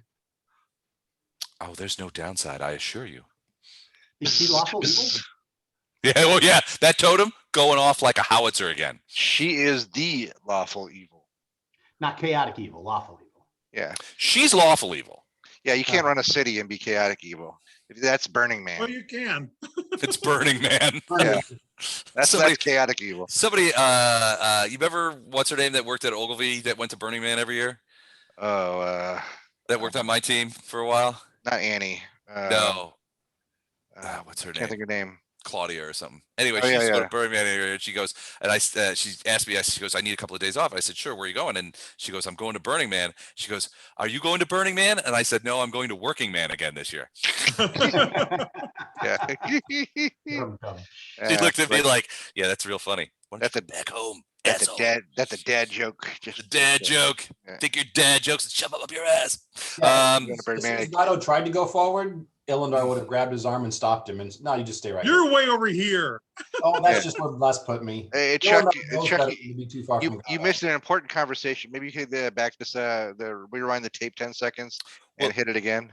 So she's going to provide you a couple of things. One, she can provide you transport to Calafir. She can show you a map of Calafir and show you some of the locations of note. That way you can you know where you're going to land and you know where you have to go. She says she's going to put you at the mouth of the river so that you can sneak in. She doesn't want you to teleport you right into the mine because that would probably result in your deaths pretty quickly. And she says, for those of you who wish it, in exchange for a single kiss, I will provide you with Ascension, which will increase your ability scores and allow me to communicate telepathically with you at will. To give you information, to give you knowledge and wisdom. And control. And Gato, took a breath mint and popped right into the front of the line there. So we're waiting for you to come back, Priest of Erastil, and try to talk him off the ledge. Okay. Totem's going off when you consider this offer. I wasn't considering the offer, so thank you very much, but I didn't need the totem for that. But I will. Okay, Lothar was close to Gato. He could have grabbed his arm as he tried to go forward. Yeah, I would have attempted to stop Gato. Not forcibly, not trying to hurt him, not trying to get in a fight. Just put a hand on his shoulder. I assume at this point I've healed his sorry ass enough that he has some trust in me. So just put my hand on his shoulder and shake my head. I don't know. Are you saying I really shouldn't? Because I really want to. You really shouldn't. But you're not saying I can't. I don't tell people I don't tell people what they can and can't do. That's not my mission. I tell you what you should and shouldn't do. Free will is part of nature. What's it going to be, Gato? There are animals that express their free will and die all the time. I don't try to say that. Kiss your free will goodbye if you do this. Yeah. But it's worth it. If you're wanting a new character, this is the way to do it. Oh. Gosh. Now that's just showing distrust of the DM here. And as a deal sweetener, each of you can ask a single question of me that I will answer truthfully, and it could be a question about anything. Really? I step forward anyway. I'll try You're to gonna- press you're gonna take harder. I'll try I'm to taking the press kiss. harder on his shoulder. But there you go. Somebody's got to do it. Ned, do you think it's a good idea? Oh, I think it's a fine idea. I've always liked Nocticula. Me too. Ever since I met her. She's You're- great. You're risking your soul. I'm pretty sure he sold that some time ago. So I'm not risking it. I know exactly where it'll be. He's just flat out selling it. He's just been waiting for the best price. All right. So if Gatto's going to do this, I'll get back to you in a minute. What about Farina? What about Bardos? You guys have been suspiciously quiet during all this. and Fletcher. And Fletcher, yeah. Take the I am the antithesis of her. I'm chaotic good. She's lawful evil. I want nothing to do with this. But it's a relationship. It just might work. It's so crazy. I know. Opposites attract, man. Yeah. So Paula Abdul told us It's our that. opposite. The great Paula Abdul once told us this Mm-hmm. in a cat related song. I gotta get something to drink. I'll be right back. Okay, Karina's gonna go right back to not trusting Gatto, that's for sure. I was going to say, Ilindar is going to walk over to Gatto and say, "We've got this. We don't need this," and look very firm in his eyes, not dropping his gaze. Ilindar, you could have it as well. And it would, and think of how much more powerful you would be with Arushale. You would be immune to her powers. God. You could be truly husband to Arushale. I was going to say, I know all about Arushale. I know all of my children. I was gonna say I sent Siggy over to alight on Fletcher's shoulder to try and help keep him calm. I think I picked the wrong shoulder. yeah, Ilindar's kind of already got this, or a version of it. I'm sure it's a much weaker version. With your potions? Think No. of discarding all that. No. But anyway, no, he's not telling her this. Become one of my servants, and I will provide you with all that you need. I'm good. We got this. And he would look Did back. you just say the servant word? She said the servant word. He Come did. on, Gatto. He would look back to Did- God. Like, Did Gatto Come pay on. attention to this change from "I'll give you a nice boon" to "You'll be my servant"? Did he catch that? like I said, Yeah. Ilindar's going to be as serious and as intense as he's ever been with Gatto and say, "We've got this. You don't need this." But then same thing as Lothar. After he said that, I'm not going to stop him from going. Yeah, Lothar's going to go into his Jewish mother. Sure, just throw me in the middle of the street to be Go delivered by ahead. traffic. Go ahead. Go ahead. Disrespect our friendship. Just throw me in Lothar. the gutter. Lothar, I understand that you bristle at the word servant. But make no mistake about it. My servants have enormous freedom. It's not You the relationship misunderstand. of a slaveholder to a slave. You It's more of a misunderstand. trusted associate. You misunderstand. I don't bristle at the term servant. I am a servant. I'm a servant of Erastil, and I can be a servant of no other. Will you not allow your friend Gatto to create the same relationship that you enjoy? I advised him my opinion and what I think he should or should not do. Free will is his. What about you, Mr. Roboto? Would you join with me and our electricities merge and I can provide you with powers that you only dream of? Upgrade you to 16 gig RAM. No one will ever use more than 128K of RAM. Yeah. Oh, my poor sweet Nocticula. So much fun. Computers are very rudimentary here in Alushinyrra. Yeah, what is this Pentium 75? That's what all the noise here is. It's the 16.6K baud modems going on.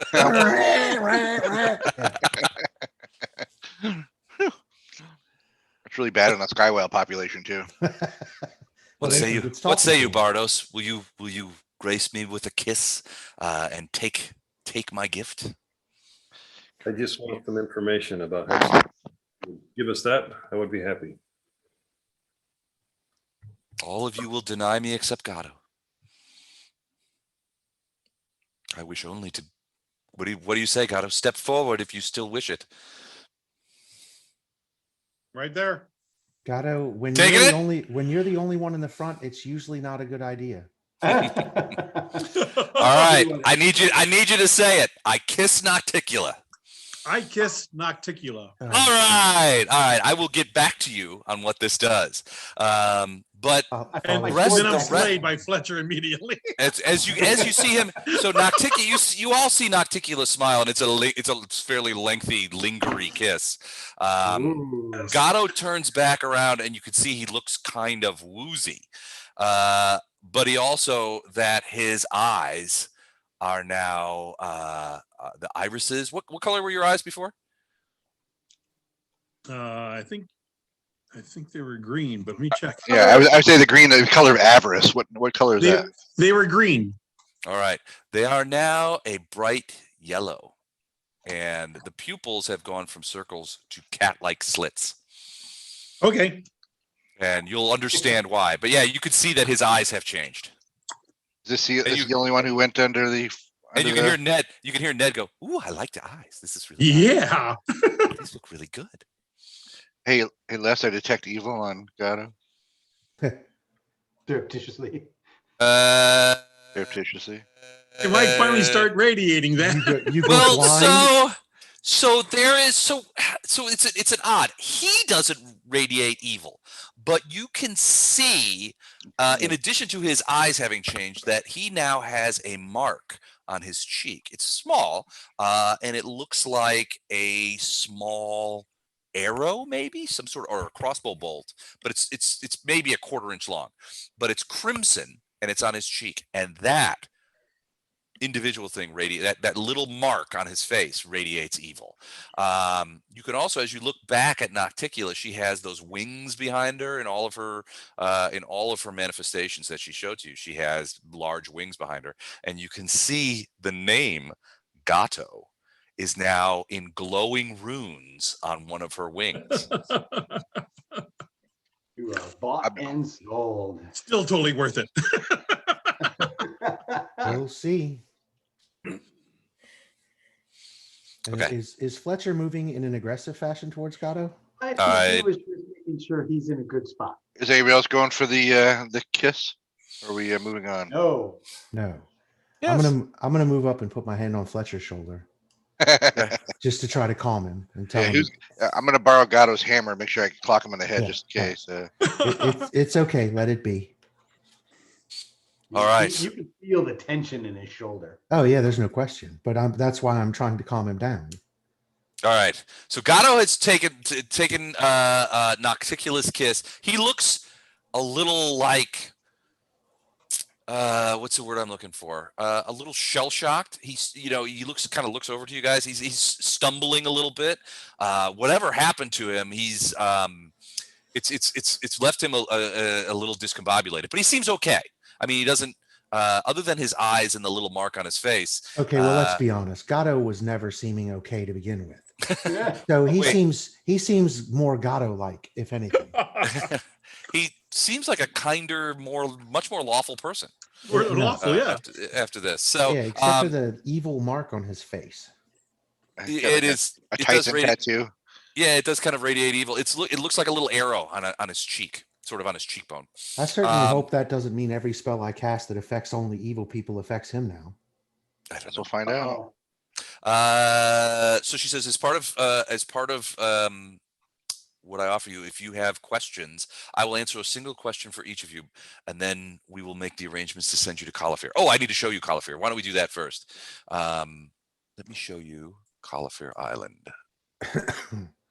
So this is Calafir Island. As I mentioned before, it is about 200 nautical miles distant from Alushinyrra. It is essentially barren. The mountains in this area here contain the mine. However, if I teleport you there very close, they have significant guards, and you may end up. It will be worse. So what I'm going to do is I'm going to teleport you here to a place that I've used historically to keep an eye on them, called the Boiling Falls. You will be able to move stealthily via the river, and then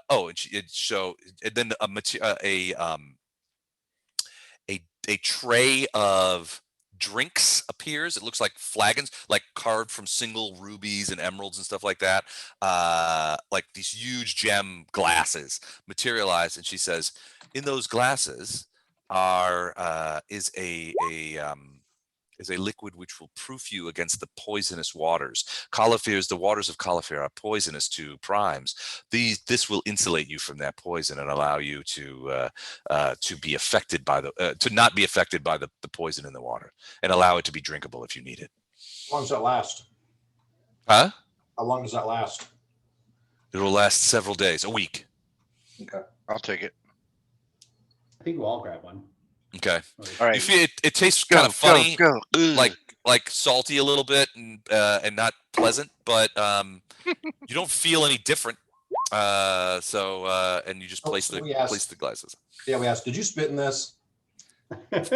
Of course, you're all ascended now. You're all my servants.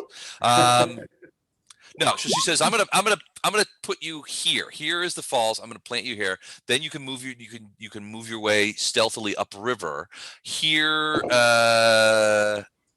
there may be a boat available to you. My spies have told me that there might be a boat available to you, which may make that trip a little easier. You might also be able to use. It's a boat that was once in use by Hepzibah's servants, and you may be able to use it to gain access past the mine lock.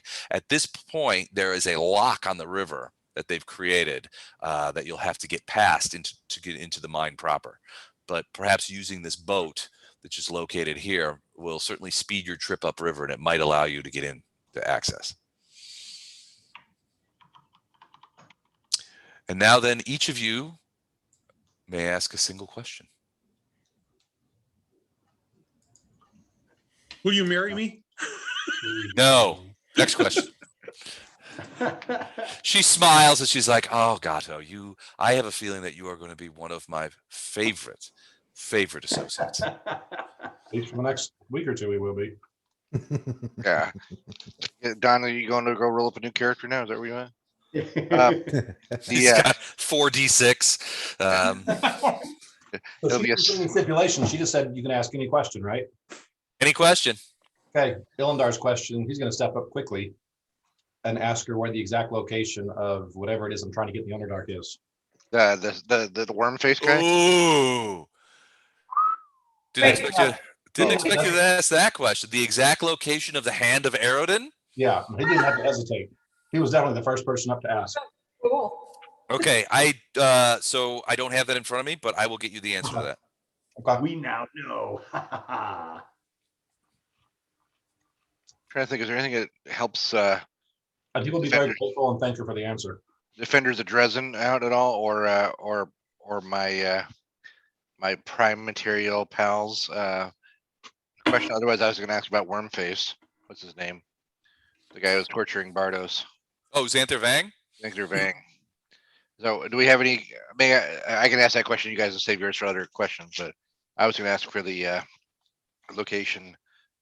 Or do I want to know the location or the weakness of Xanther Vang? Because I don't think we had a weakness for him. Didn't we kill Xanther Vang? Sorry.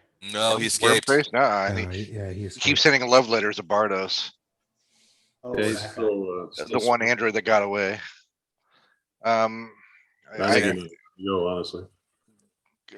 Or I don't want to take it from you if you had some Xanther Vang questions, but I think that's on our list of to-dos. Is that now? Can you phrase that in the form of a question? Trying to decide what the question is. Do we want to know where he is or what his weakness is?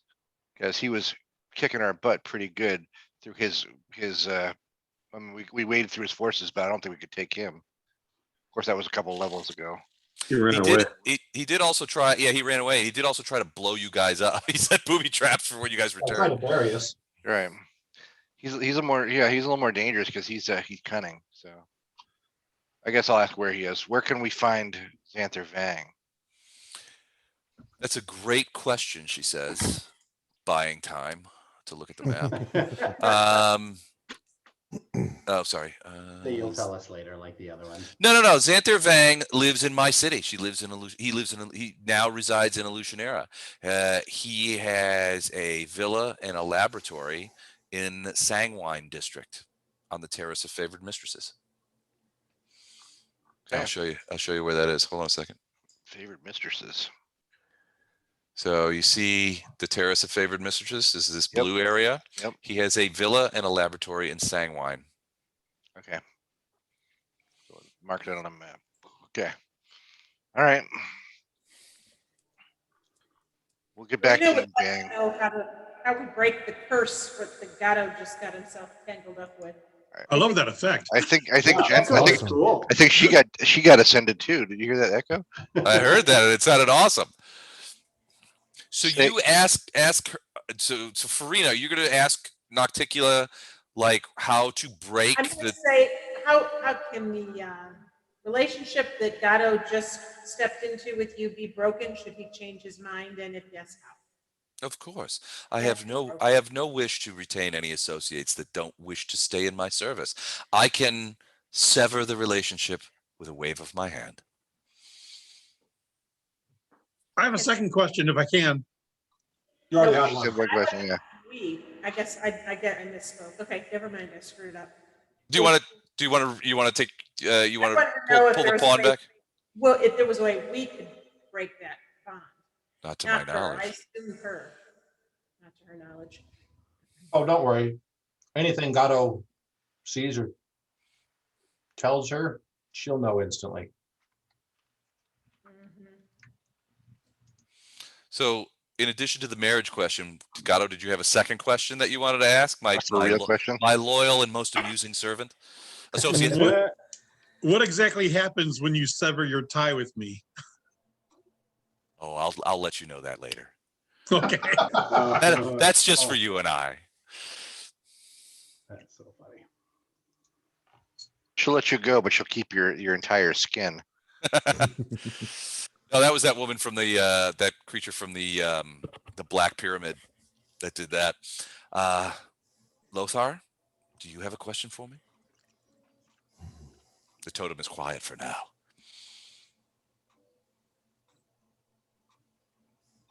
No, No question at all. no. Can I have a quick question on your behalf then? You want a second question too? I'll tell you what. I'll give you. You can take Fletcher's question. He's not asking one. I'll give you a second question if you give me a kiss. Who'd she say that to? To Flashheart. Yeah.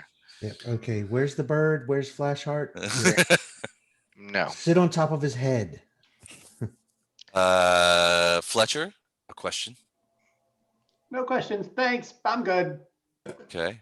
And Is there kind of, don't you have questions about the prime material plane? How to reduce the plane of peril? What do we call our barren plane? The world wound? The world wound, yeah. She has no love of the world wound, so I think it's just a valid question to ask. Well, it's just like she's like, it's none of my business, and I think it's kind of. I always was of the impression that it was a stupid idea. Oh, what about can we bring a sky whale onto the prime material plane? I think that's right at the top of our list, right? It's Bartos's question. He can ask whatever he wants. Okay. It's not a question. It's going to happen. We've been reading The Secret. We're gonna will it. We're gonna ride a sky whale into the Underdark. Damn it! Yes, that's awesome. I do have a question, but I'd like to ask it in privacy. Okay. Do you want to send me a message or? Well, just or send me an email and I'll answer it offline. We can cover our ears. Yeah. Yeah, it's video. We got a video. Yeah. We cover our ears and then watch it on YouTube. And then watch it on YouTube later. All right. It's does this look infected? Can I ask more than one question? No. Really? No. All right. All the questions have been asked. So are you ready to go to Cauliflower? Yes, take us to Cauliflower. All right. Do we need anything else before we go? We're all healed up. We We're gonna ready get to like go. a night's rest or something at some point. I think we're all. I was gonna say we got a night's rest. I took like 11 showers between after us and Monago, house. so Yeah. we should be full at this point. Yeah. We probably slept in the bathtub last night. Exactly. Their water bill is insane. Well, the Worm Empire has excellent showers. Like any great hotel, I mean, they understand that water pressure is important. You can't get the soap out of your hair. That's why the bill was $6,000. It was mostly water. All those. Well, then why am I still covered in blood? Oh, never mind. We'll You can talk ask that about if you want. I'm Do you not wanna- asking her that question. No, Oh, okay. we'll talk about that, Fletcher. All right. So she says to you, "Step into the fountain, and you will be transported to Calafir." All right. I will step. I can't grab my guy, but I can step in the fountain. Where's my guy? Oh, sorry. Now I can step in the fountain. There we go. Do you step in? As everybody sort of gradually steps into the fountain? Yes, we can all fit. Was first. My lady, There's. my lady go ahead. Nocticula, if for some reason your lich servant ever displeases you again, please allow me to personally take care of it. I have a feeling that Gato will never, ever displease me. No, not the lich. No, not, no, not, no, not the Gato, lich the lich. servant. The lich. The lich servant. Oh. She smiles. She goes, "That won't be necessary. Yeah. I will not ever disappoint her. I can destroy Elohai with a wave of my hand. She fancies herself much more powerful than she really is, and she's simply a clerk. But I you get all allow the XPs. I allow her, and I will ensure that you have XPs for next game too. She's just like, put her out of your mind. I know the location of her phylactery. I can destroy her with whatever I choose to. She is, however, a successful businesswoman, and I prize that. So I allow her to do her business. What I wasn't about to allow her was to interfere with what we've got going on, which she desperately wanted to do. Okay. The trial, as you can imagine, this little adjudication that we did was more. I knew what she was going to say. I knew A little theater was the it? truth. Yeah. I was aware of what you all had done. I just wanted to hear it from your mouths and from her mouth before I enacted the plan that I had already decided upon. Flashheart was, for one, happy that I drank a lot of caffeine before we played, because usually I'm about half awake by the time we get here. So. Tonight I was very articulate and ready to go. I will miss you, Lord Flashheart. I look forward to the time when we will meet again. And that goes for all of you. And as you step into the thing, there's no sense of wetness, like of stepping into the water. You just sort of like disappear. And suddenly you find yourselves confronted by an immense amount of heat. As you land, got ripped off by a cat. at the boiling falls, which also is screwed up. Don, did that cat leap into your face like that? That's what it looked like from my screen. I called her over and she came over and walked up. I thought like a face hugger just came at you. She comes over and then she actually flips over on her back. That's awesome. It's a trap. It's a trap. Ooh, whatever that's All on right. the beach, I want to go home now. All right. Well, I have some flavor text for you. So hold, please. All right. So the beach, as you get here. So the first thing you notice is like you're on sort of you're up a cliff. So you're about probably 35 to 40 feet above the surface of this water. You can see to your left that the water opens up into a big ocean. This is the mouth of that river that she pointed. And this place is you're on essentially a stone platform about 35 to 40 feet above the water. The problem is this place is called the Boiling Falls, and it's called that for a reason, because immediately behind you, a waterfall of steaming, boiling water is pouring down the thing and splashing you. A beach of powdered bones extends from the base of the black stone cliff across the way, this thing over here. Its soggy shores lapped at and churned by dark water. Thick tangles of jungle plants cling to the ground atop the cliffs over to the north, and several other fingers of jungle-capped land extend out into the black ocean on the horizon. A 60-foot wide river flows from a ravine into the sea, while a cascade of steaming, boiling water plummets from a cliff nearly 100 feet above you to smash into the 15-foot wide stone pier that you currently stand on.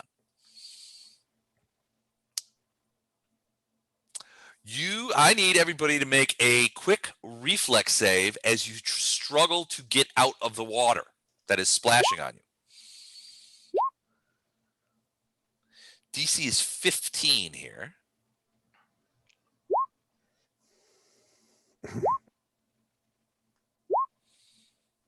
Okay. Ooh. Flashheart and Illendar both are hit by boiling water, and you take some damage as the boiling water splashes on you. As everybody, Bardos also. Oh, did Bardos not make it? I didn't see his roll. Oh yeah, Bardos also. So each of you who So have part of failed the your kiss is you become a snitch. his mouth opens really wide, and you hear Nocticula's voice come out of Gatto's head, and he goes, "I was already paying attention." All right, so you take 3 points of boiling water damage, but you realize, all of you quickly realize that if you stay on this platform, you're going to have to make those dodgy reflex saves to try and get out of the way of the boiling water. So we need to go left. Ilandar's going to yell, "Everybody jump on Storm." If you look across here, you see a couple of things. On one hand, there is here a obelisk of what looks to be some sort of ancient abyssal stone. It juts out from the beach and goes up to a height of about 15 feet, with twice that length. Looks like it looks like it's lodged into the sand. The monolith is carved. That black stone is carved with spiraling runes that seem to coil and shift out of the corner of your eye, but remain still when you look straight at them. Yeah, but so there is something tied or chained to the stone. We need to go left, don't we? And it looks like this. Oh, that's a chain. Sorry. That's the chain. At least we know what the chain looks like now. Let's see, but here we go. So it's hard to see from here, but it kind of looks like this. And it's got Post-it notes on it. Yeah, ignore the Post-it notes. As you are looking at that thing, you also notice that there is a creature that is crawling around on the beach, and sort of like snuffling around, and it looks like it sees you, and it is sort of looking over to it, and you see its tentacles begin to sort of like and kind of go at you. So let's go ahead and do a quick initiative roll. Yeah. Yo, Nish, eh? Crap, sorry, hang on. I go last. I think I drown, actually. You're first next round. Yeah, first and second round. I'm first and second round? Great. Yep. It's like baseball order, huh? Okay. All right, let's get a look at that. Or draft order, I should say, not baseball order. Draft order. Okay. Flashheart did not put himself in the order. Okay. I can never put myself in the order. So I did Baru instead of me accidentally, so it's actually an 8, and it should be me instead of Baru. But I mean, it doesn't really matter. Matt, do you have the macro that puts you in there? No, remind me outside the game. I'll email you this week. Email what the That'd be great. What the We'll do that and then yeah. tell you how to mark it so that you have to have your token selected before you can hit it. Yeah, that was a nice You thing. tried to teach me like a year ago, and then I messed it up and back out. Nice roll, Les. Jeez. God was talking, blah, blah, blah, blah. Thought you'd like that. Okay, so before this happens, though, as free action, Ildar is going to say, "Everyone jump on Storm." Okay. So she's always got Can we get on Storm? she's got the saddle. Yep. So there's like 3 straps on each side that people can just grab with their hand and hang on to, kind of hang from. And then there's two saddles. I'll grab onto one and I'll switch on the Wagner on the loudspeaker on our front. I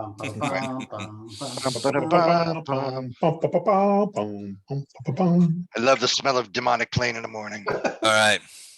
Before you can do that, though, you see an interesting sight. The creature on the beach, this creature here, I don't know if you guys got to look at that thing. Oh, yeah, we got it. I see it. This fella here. So it's like plant-like, but also a monster of sort. But what's really interesting is its tentacles, which seem to disappear. And then, weirdly, they seem to reappear. Shooting out at us. Out of a rift that opens up in the very space in front of you. Oh, shit. So that's like 30 feet below us, though, right? No, it's right in front of you.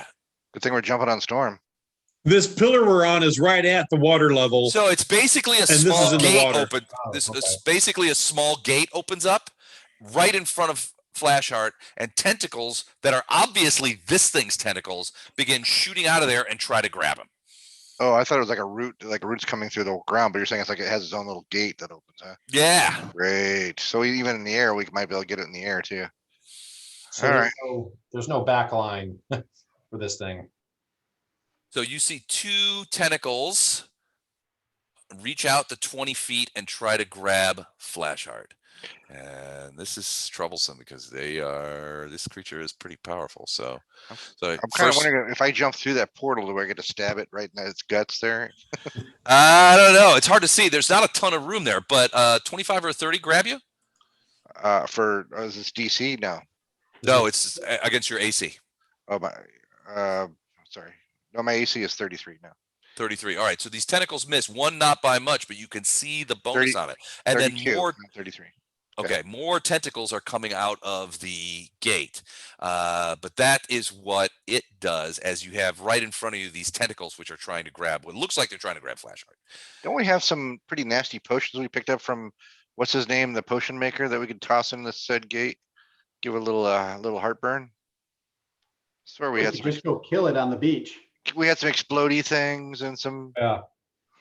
Just a thought. Don't we need to go left? Why left? Well, you're on a platform about 40, Well, 35, yes, I 40 get feet that, up. but based on the overview map Yes. where she said she was going to drop us in here, Right. We need to go left. follow Correct. we need to follow the river west. I said left instead of west because some people Right. get freaked out. But so we Right, need to it's go- north on this map. We need We to go all- west. Northwest. Can we leave a monster that can portal tentacles Yeah, this anywhere direction, that that he's direction is perfect. inland. behind us? I'm Well, assuming. let's get out of its direct line of its gate. I mean, we could attack it from Storm's back, I guess, if it's important, but we have to stand here in front of its doorway. Theoretically, Oh, Gato, very quickly, make a DC 15 reflex save to avoid the boiling water before you do what you do. I did once. I have to do it again. Okay. And Oh, do it yeah, with a cat, do it every with a cat round. in your arm. God, I was carrying a baby cat in his arm. Yep, no problem. So it's my turn. Yep. I activate my fly off the armor, Okay. go up 15 feet, move to here. So I'm 15 Okay. feet above the water and over here. We'll go ahead and move you. And then I disappear. His armor. Disappear? Oh, I need to go get a thing, don't I? Here. Hold on a second. Flashheart's wondering why he doesn't have fly in his armor. Like, wait a minute. and You got whose the idea fly. was it to give him that? Yeah. Maybe I As a should free action, I say, I'll follow you guys wherever you go. You can trust me. You're I'm the most invisible. trustworthy person here. Just Not. made out with an evil demon. Yeah. I'm Well, just jealous. That kind of took you down a notch. just a little. I mean, he didn't make out a lot with her. What, it was a church tongue? Is that what we're talking about? I wanted to. I wanted to. All right. See. I did notice I if- got the only redhead. See, can you see that, Gato? Yep. Okay. All right. He disappears. Boop. And you just took him off the initiative too. No, he's still on. I know where he is, and I'll tell him when he goes. All right, you doing that? Okay. That's going to be it for you, though, isn't it? That is it for me. Okay. All right, cool. So that's Gato. Ilindar, you are up. Ilindar and Storm. Ilindar is going to jump up in one of the saddle seats. Okay. on I need Storm, reflex saves. and Storm is going to delay. Okay. If you guys are going to stay on the platform, I need reflex saves from you both. I don't plan to stay on a platform. All right, perfect. It's DC's 15, so you guys managed to avoid the boiling water. So you're just gonna jump up there, and Storm's gonna delay. And Storm is going to delay until. Oh, okay. I guess I am Everyone's staying on on. the platform. Okay, I'm gonna put Storm at your same. I'm gonna put her on the. Yeah, Storm's always at my initiative, so. Yeah, but if you're gonna, if she's gonna, Oh, you yeah, did right. you stuff. So I'm gonna put her Yeah. on there, and she's on D right now. How does Otto hang on to Storm? Poorly. Otto has to be probably one of the ones up on the saddles. And I'm sure Otto's got claws that can hold on to the leather. of the settle, not storm. Yeah, Yeah. Storm wouldn't- Yeah, Storm exactly. wouldn't Thank you for that. Yeah, dragons do not appreciate that. Hey, shut up. Oh, wait. She can't see me to slap me. Oh, Now that he is ascended, he is immune to the slap. Oh, this cannot be. This aggression cannot stand, man. yes. I was just kidding. Ow. All right. Hazel's So, like, what was that for? all right. Storm is delaying. Let me know when Storm's going to move. Lothar, you're up. I do need two DC 15. I hope Lady Nocticula feels this too each time. Ooh, 2d6 for you, bud. I failed the reflex save. 4 points of boiling water damage. Okay. I'm going to move over here and get attached to the whatever for One of the side straps of yeah, Storm. exactly. What are you grabbing onto? The Storm. Eidolon. I'm going to grab the dragon and hold on really tight to the dragon. Now, if I switched things, man. You gotta Yeah, unless you gotta have like a dead man switch that you just have to Right. take it off it. just put it on a clapper or something. Yeah. Yeah, whatever does your video down here, your common map, that needs to be its own dedicated PC with just that button set up. We always hit that button. Actually, I know you need like a wah-wah pedal. Like you hang out, you Yeah. get like a docking station so with a wah-wah pedal. moving over here to get attached to Storm, All right. because we're presuming that Storm's going to take off and get us out of here. Yep. That movement and that action, am I still able to cast a spell, or at this Sure. point? Yeah, Okay. no, you can do it. Just move back. Then I'm going to cast Holy Smite on the tentacles. Okay. I can never remember what this does. It's a will save for partial. Okay. If it has spell resistance, it is subject to spell resistance. Otherwise, it does a D8 points of damage per 2 caster levels to evil creatures. It is evil. Is it an evil outsider? No. Not on this plane. It isn't. Okay, so it does. So it does not have spell resistance. Okay, so then Shockingly. it, 5d8, something like that. yeah, it gets 5. All right. So I got to do a will save. Yeah, you need to do a will save Okay. against. Let me see. Hang on. Like Here's my DC will. 18. Against 18. 27 made it. Okay, so you take. Five. Where'd my screen go? Hang on. 5d8. Yeah, but you take half damage. So Oh, but it was 5d8. Sorry, 3d8. so 10 points Okay. of damage. Okay. And that's holy damage. It is holy damage. All right. There you go. 10 points taken off. You guys can see his bar, right? Let's see here. Hang on a second. Yeah. Yeah, we see his bar. The bar that didn't move at all. Yeah, I see it. Yeah. It moved a you little. Okay. Right. And and Siggy's gonna take off northwest, the direction f- we need to go. Fly out of the way. Okay. Yeah, and get out of the hot water and all the rest of it. Gotcha. All right. Farina.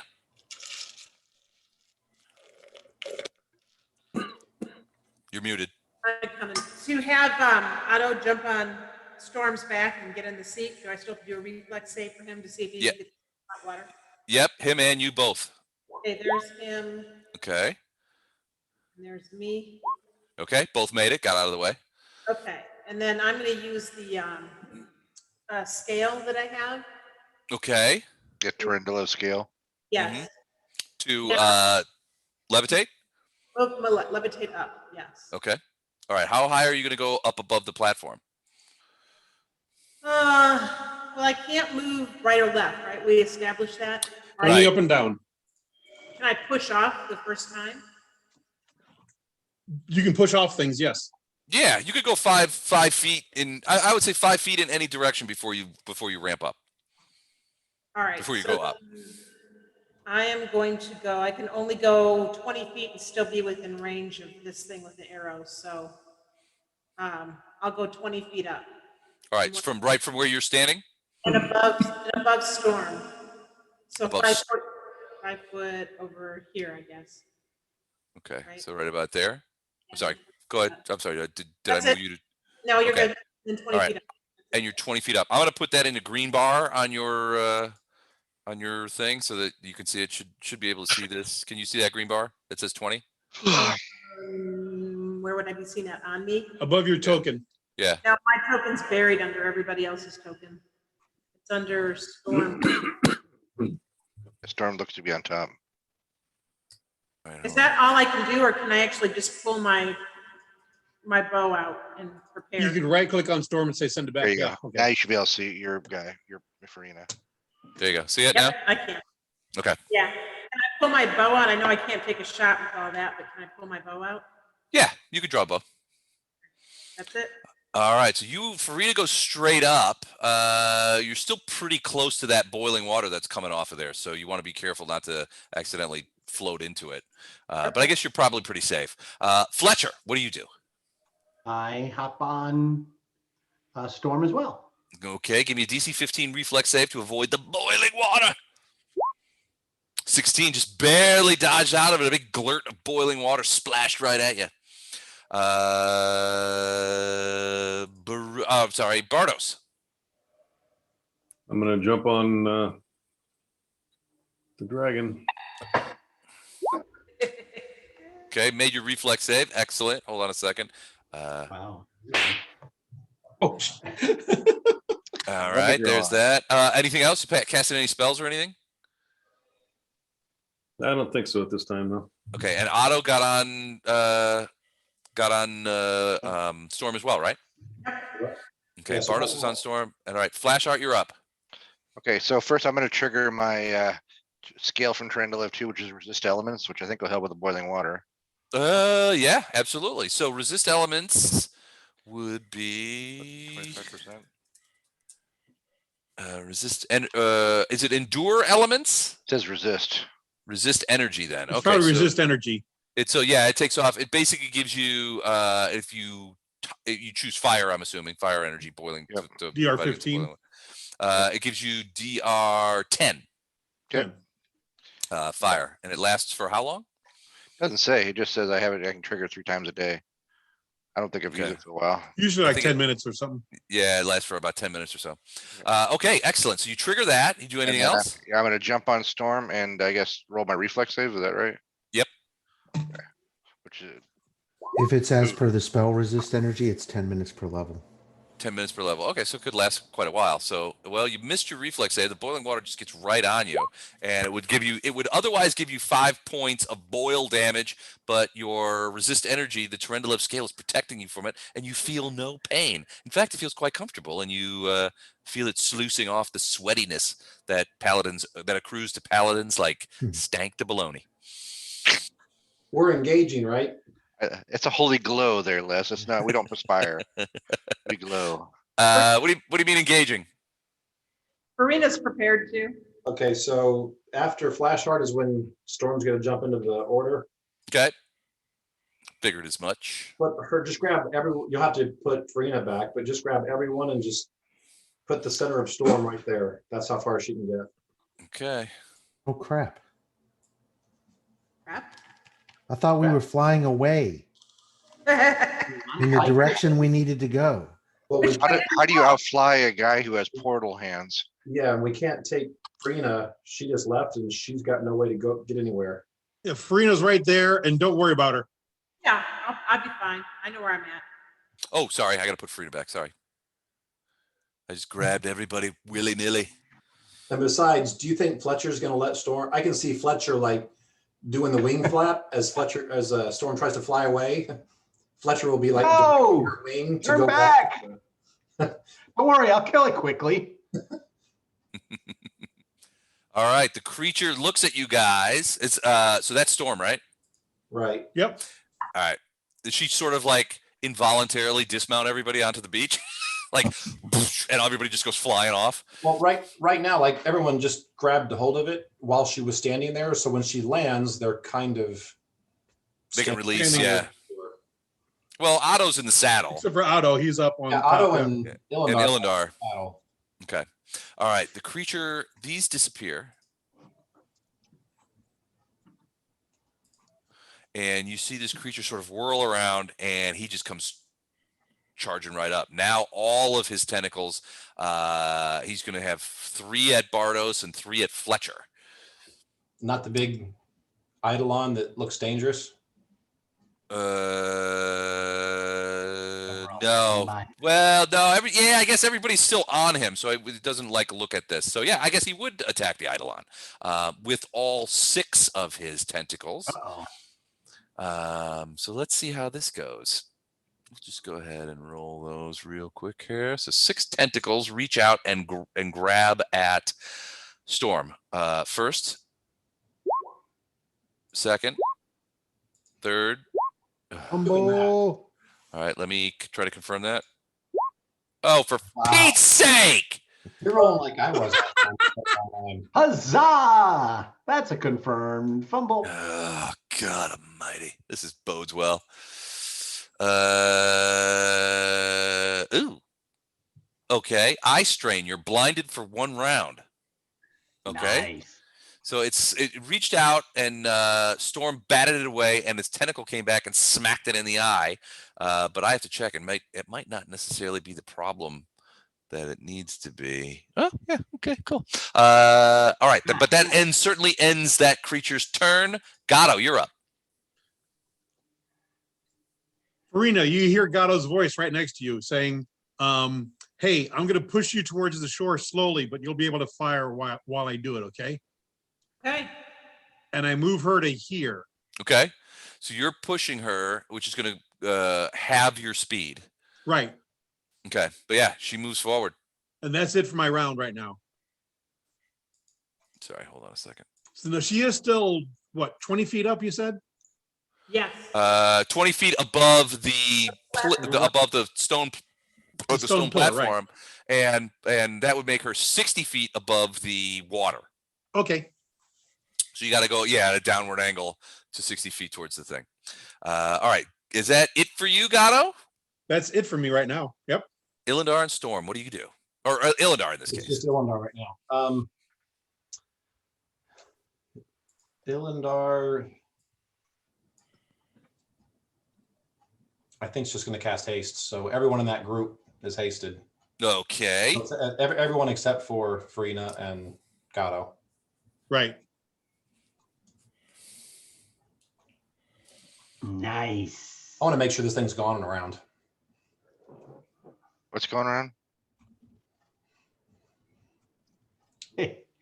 This thing needs to die in a round. Yeah. That goes on the front sheet, doesn't it? On the front sheet? Oh, no, the laptop. Never mind. It's on the laptop sheet, but since only Otto has it, there you can't put spell effects on the On you. I'm not close enough. I forgot. All right. How long does haste last? 11 rounds. This combat? Yeah, it's going to be this combat. Longer than he's going to last. All right. So haste is at round 0. Or is this round this is round 1, isn't it? Yeah. Yeah. It's like I said, it's going to be irrelevant. After 11 rounds, either this thing's going to be dead or we're all going to be dead. Well, except for Gatto and Farina. That's what we say every day. You'll see Farina slowly float away. Yeah. Bye guys. See ya. See you in the next world. All right, so that's Illindar. All right, Lothar. So you just got hasted. Heading up the beach. You can run away and make Daffy Duck noises and go really fast. I'm going to take a 5-foot step. Okay. Think to myself, this is the last time I trust that damn dragon. Oh, come on. There we go. And then cast prayer. Prayer. So. Okay. What's that do? We're not close enough for prayer either, Farina. Everybody gets a +1. All of my party gets a +1. Hang on a second. Damn it. I need to hang around for the buffs before I go floating off, don't I? Right. Let's see, prayer's 3rd level. I'm sorry. I need to. And that, did you say haste lasts 11 rounds? Yes. Haste is 11 rounds. Okay. And does prayer last that long as well? Prayer is Is it minutes? It lasts 1 round per level, so 11 rounds. Okay. And it is a +1 luck bonus on attack, damage, saves, and skill checks. Nice. While all of my enemies take a -1 to all of those rolls. There is no saving throw, but there is spell resistance, which we've already determined. We've already ascertained it does not have it. So he So it's a -1 attack, damage, save, and skills. Yep. A +1 for all of us. Okay. Got it. Okay, cool. And that's it for you, isn't it? Mm-hmm. Farina, you are slowly being pushed forward by an invisible person while standing on a giant levitating platform created by a silver dragon scale. So, Awesome. we call that a Tuesday. So you regular Sunday night. Okay, is this creature facing me? I'd like to shoot right down its big wide gullet. It's kind of facing the storm and everybody there more than you. It doesn't seem to be paying much attention to you. I'll try and aim to the side of its face into that soft fleshy part towards its brain. That's where I'm aiming. All right. So I've got 3 shots, and the first one is 2 arrows. Okay. 31's a hit. 26 is not. 30 is a hit. So the first 2 and the 4th. Yeah, so 3 arrows total. Got it.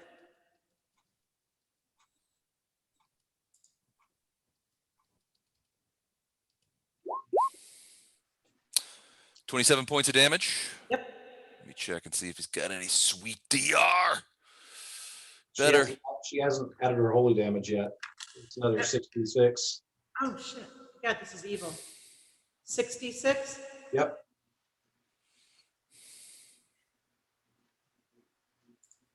That ain't nothing but a few more points. What are you worried about, Les? 6. My God.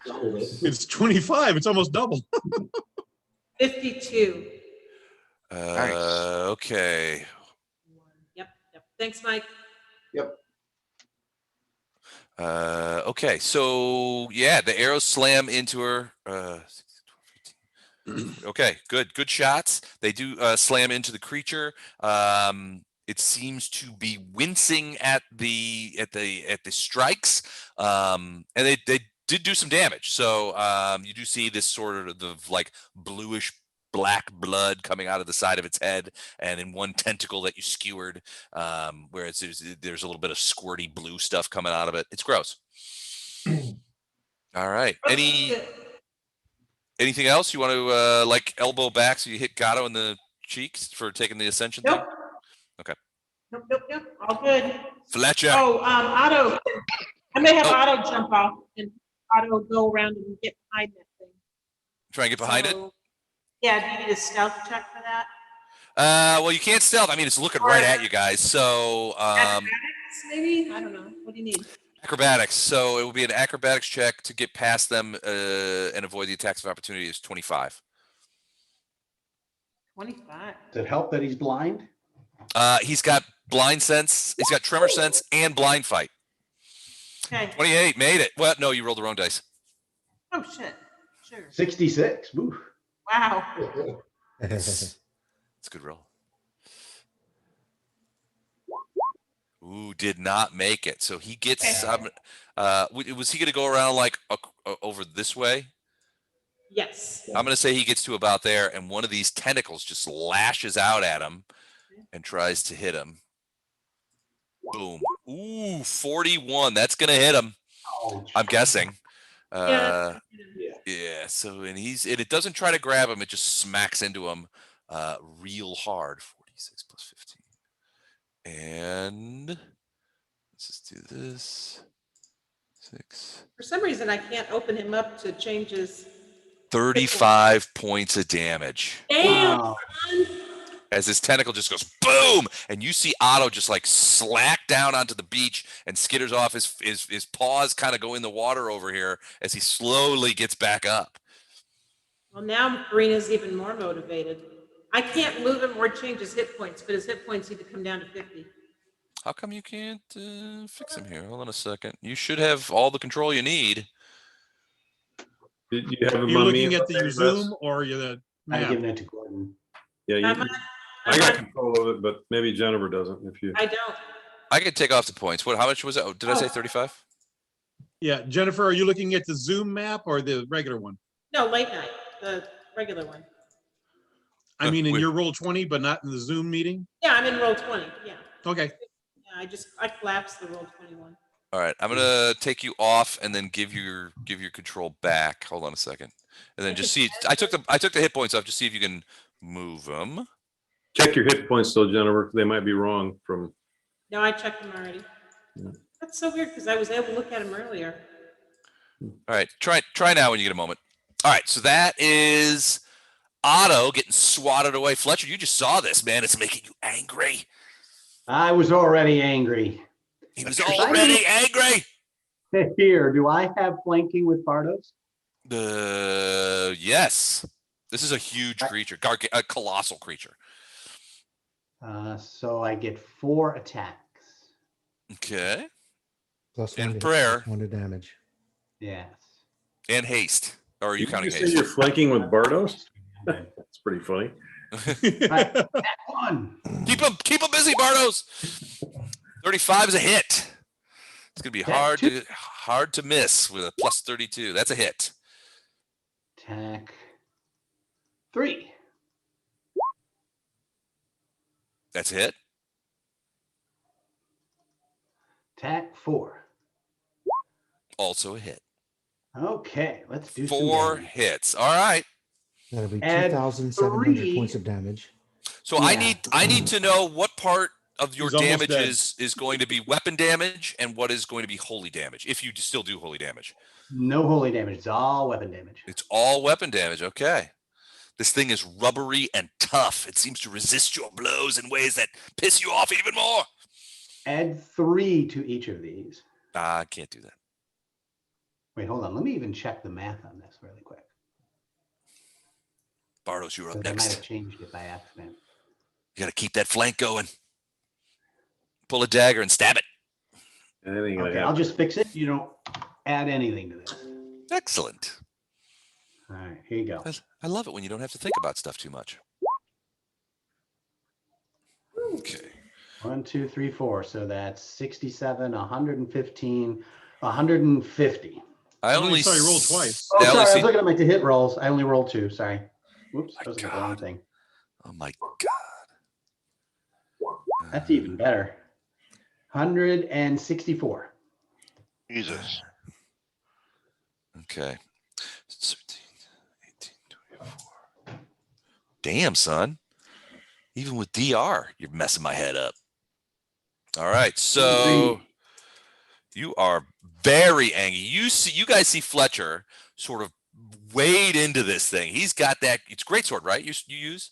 Yeah. Greatsword, and you are just like slashing away at this thing. That blue ichor is kind of like spraying around, and he does a bunch of damage, but it is still up. But now it is very much focused on Fletcher because of so Ilindar and Lothar and Flashheart, give me a perception check.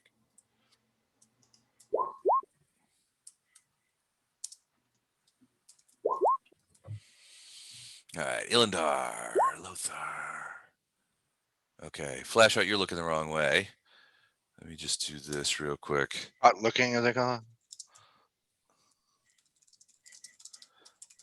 Hold on, I really should have these already prepped, but I'm a terrible DM. It'll go on your yearly review list. I know.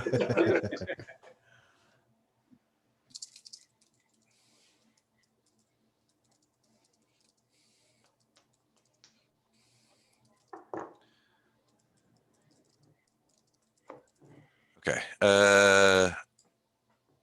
Okay. Hold on. Let's take that off. All right, Ilindar, I'm going to send this to you first, and then send it to Lothar. And unless I forgot to mention, in case it matters, the sword is aligned good. Okay. Yeah. No. In this case. Yeah. All right. Did you guys get those messages? Yep. Okay.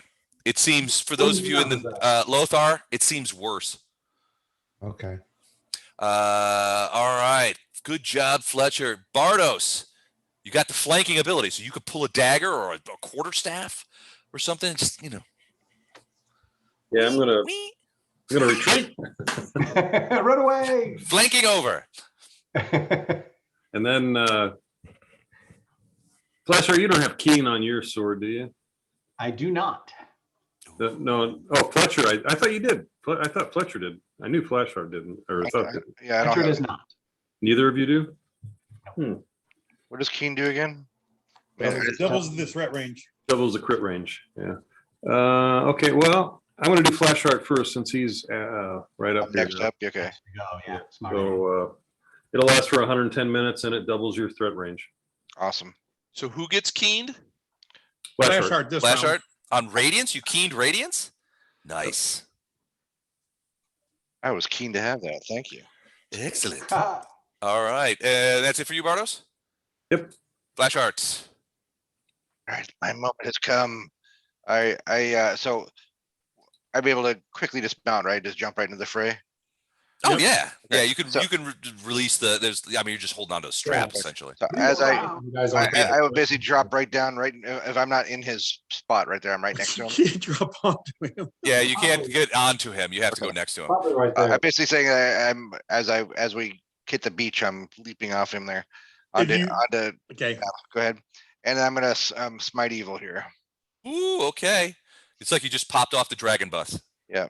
So if my threat range is double, it's 1920 now, so it'd be 17 through 20. Is that right? That's Yep. correct. Yeah. All right. Yeah. All right. Oh Jesus Christ. 23 is a miss. Unless Keen also doubles your bumble range, That's which it totally should. Well, that didn't go the way I expected it to go. I didn't see it. Get more attacks. Yeah, you're hasted. Yep. So okay, here we go. Doing the next attack. Okay, so I'm hasted to be the same attack again. Right. Right. Once I smite evil, I keep. Okay. Oh Jesus. Also a miss. All right, now I drop down to. That's a hit. There we go. There we go. And then if I'm doing full attack, I get one more. 28. Also a hit, but barely. All right. So I just make sure I don't do smite evil every day. So. 2 hits, no crits, Okay. plus smite evil. It is weirdly evil. So bonus damage is gonna be 2 points of damage per level the paladin position. So I'm what level 11. 11 now. So that's gonna be 22 points additional. So Nice. so it's 1d8. Hey, you're almost up to Fletcher damage. Yeah, one can aspire. So 1d8 plus okay, 15 plus 22 is going to be 37. And I'm going to rolling this twice. Jesus, low rolls. That's 70, 80. 70, 80. Okay. Bypassing Okay. all DR. Yeah, bypassing ODR. Yeah. Says who? Says smite evil. Smite evil. Yeah. Shit. Okay. I'm gonna add a little DR in there just in case. Anyway. No, I did not. But yeah, no. This creature, like lets out a screech of rage. First at Fletcher, and now at Flash Art, as these two incredibly edible-looking swordsmen are now counting in his. He's like, it's good. I gotta grab one of these guys. But it's Storm's turn. Illandar is still mounted. Yeah, that doesn't. really- Okay. Do you want to fly off and maybe go kill Siggy or something? Right, that's actually what I was gonna do, but then I thought, hey, It's what a dragon would do. There we go. so these are all gonna be at +2 to attack and +1 damage. Okay. All right. Potential crit on the bite. The 27 trip attempt misses. 24 claw misses. 37 claw hits. 30 wing buffet hits. 29 wing buffet hits. So confirm the bite crit. So, and also, okay, Storm's got one more bite attack coming from haste, and so first I'm gonna confirm this, and Okay. then I'm gonna do the other bite attack. Okay. All right. Unconfirmed critical. 27 to a 29. It's 29 hit. With prayer and everything? Yeah, with prayer and haste, it's 29. Yes, because it's 28 AC. Yes. Damn it. Damn you, Storm. And then go ahead and bite once more. Do I need to? Well, I don't know. Maybe. How much? You don't bypass DR. You've got a crit bite, and 2 wing buffets. And 1 claw. And 1 claw. So let's tally that up. So the unconfirmed crit does 31 and 4 points of holy. So well, the confirmed crit was 32, so 64 points of bite damage, and then holy doesn't double, right? No. So 4 points of holy. Okay. The claw does 26. Yeah, it's gonna be enough. It falls backward after the chopping that Flashheart and Fletcher gave it. It's bleeding profusely from some of these, and then Storm, sensing weakness, just goes into a crazy amount of damage that it just attacks this thing and bites it and goes crazy. It falls back from this attack, the wing buffets especially, and then slowly staggers over to the thing as its blood is pouring out, and it slowly falls over into the sand. It takes me 2 rounds, but it takes me 2 rounds, but move Farino to right here. Okay. Somebody take a slice of this one. I want to know what kind of tentacle creature can open a portal with its tentacles. That sounds like that was a nice trick. Somebody heal Otto? Not so far. He's okay for the moment. There's no rush. Yeah, I'd like to see what's chained to the rock too, the monolith. Okay. Go over there and check it out. Check it out. If Gato will give me a push. Dude, you can just float down now if you want. Now you can float down, yeah. Do that, but it's kind of fun having you push me around. Okay, right as this thing falls, Ilundar is going to dismount and walk back to between Bardos and Lothar and hushedly discuss something he perceived in combat. Okay. So Bardos, give me a knowledge planes check. 26. Okay. You're looking at that runestone and you feel like it is that big black stone that thing is chained to, and you feel like, well, first you think it's radiating some sort of magic. You're not sure what kind yet because you haven't really gotten close to it, but you feel like you've maybe heard of these things, but you're it's in the back of your mind. You can't retrieve it. There's something about this that there's some lore here that you're thinking might be available, but 26 isn't equipped to get it. Okay. Fletcher, you go around to the other side, and you see this thing chained to this runestone. Now the stone is big; it's like 18 feet tall. This thing is probably 12 or probably 10 feet of that. It looks like it's made of metal, and its head is missing. Okay, I need a magic user over here. This is beyond me. Can't kill it. Don't care. You could undo the chains or something, maybe. Can't kill it. Don't care.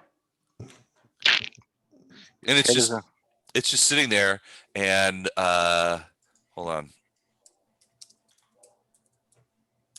Oop, hold on a second. Holding on. Okay.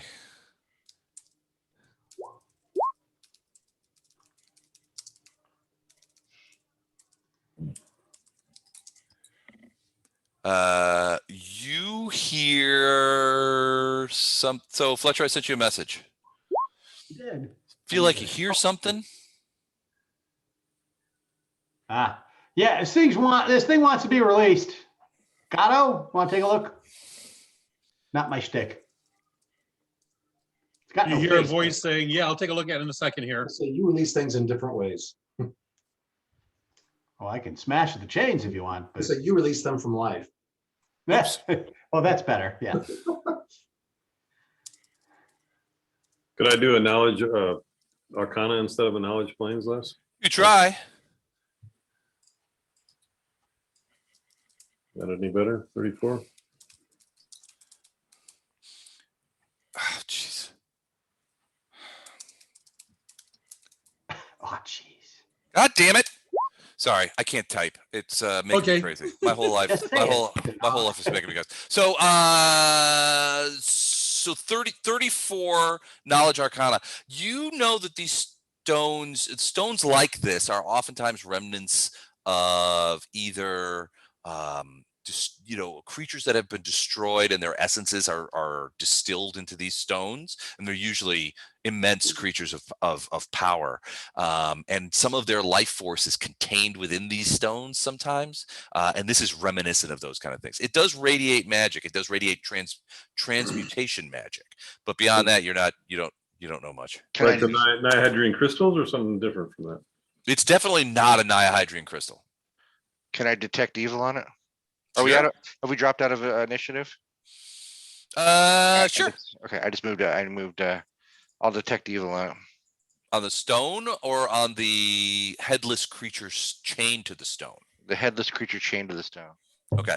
The headless creature chained to the stone does radiate evil, although it's weirdly diffuse, like it's being like your ability to detect evil is being interfered with. It takes you a minute to sort of lock onto it, because you get the feeling that the stone is interfering with your ability to sort of scope this thing out. You think it's evil, maybe, probably. You're not Evil, sure, maybe, though. probably. Okay. Evil, maybe, probably. So, and just to let you know, Don, you're probably going to get that a lot. Yeah. Yeah. She could. The telephone is controlled on the other end. Yeah. Got it. Okay. You getting texting your girlfriend already? So what are you guys gonna do? So Fletcher, do you tell these guys what you encountered, or Fletcher told Gatto to let her go, right? Do I recognize the creature less at all? Is that? Give me a knowledge planes when you look at that creature.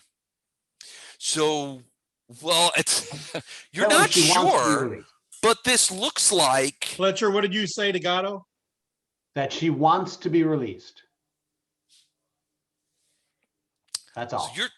So Bartos, you're not 100% sure, but this creature it looks like, well, it's made of metal. So your first thought is that it's a statue of some kind, but it looks, except for the missing head, it looks a little bit like what you know as a planetar, which is sort of an angelic being, from the upper planes, sort of related to, you remember the creature that Castle Dresden at Dresden that comes forth every once in a while that brought back Illandar? It brought back Illandar, yeah.